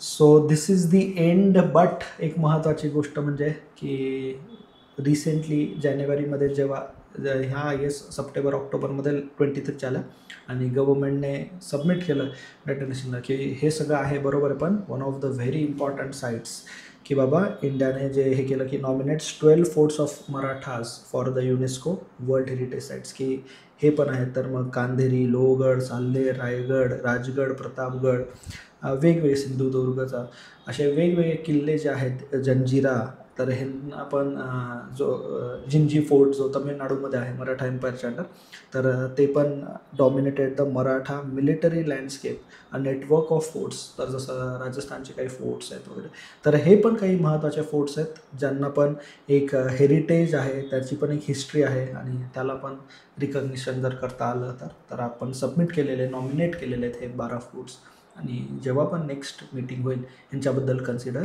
केलं जाईल. सो आय होप तुम्ही पूर्ण व्हिडिओ बघितला असेल म्हणूनच इथपर्यंत पोहोचला असाल. और फास्ट फॉरवर्डमध्ये कधी कधी यस ॲक्च्युली थोडासा मोनोटोनस पण होऊ शकतो, कारण का अगेन स्टुडंट्स नाही, थोडा कंटेंट आहे नॉनस्टॉप असल्या, पण तेच आहे की एकदा नोट्स काढा आणि नोट्स जर तुमच्याकडे असतील तर त्याच्यातनं त्या रिवाईज झाल्या तर 2 तासाचं लेक्चर ऑलमोस्ट आहे, तर म्हणजे आता मी पण हे आवाज पण माझा बहुतेक थोडासा एक मोनोटोनच झाला असेल मोठं लेक्चर, पण जर तुम्ही एकदा ते तुमच्याकडे ठेवलं, ॲटलिस्ट स्क्रीनशॉट्स असतील, जे पण स्क्रीनशॉट्सपेक्षा ते नंतर लक्षात नाही राहत, त्याच्यामुळे मी थोडंसं सजेस्ट करतो की लिहिल्यासारखं झालं पाहिजे. जर तुम्ही याचा नोट्स काढला तर तुम्हाला वेगवेगळ्या एक्झाम्समध्ये, कारण का कोणत्या इयरमध्ये काय आले, त्याची थीम म्हणजे तुम्हाला माहिती पाहिजे की 85मध्ये काय 3 एकसोबत आले, 4, तर प्रयत्न करा. आणि जेव्हा तुम्ही एकदा तुमच्या नोट्स रिवाईज कराल तर ह्याच्यातनं क्वेश्चन कसे फॉर्म होऊ शकतात त्याचा पण जर तुम्ही एक डिसेंट अभ्यास वगैरे केला तर त्याच्यावर क्वेश्चन्स रेअरली चुकतील. आणि काही ठिकाणी चांगले मुद्दामून सेंटेन्सेस पण दिले कधी, कारण का याच्यावर पण क्वेश्चन्स येतात वगैरे. सो तुम्ही ते मेन्समध्ये UPSC MPSC कुठेही यूज करू शकता नक्कीच. Okay, so thank you very much. I hope तुम्हाला याचा कुठे ना कुठे फायदा होईलच. All the very best.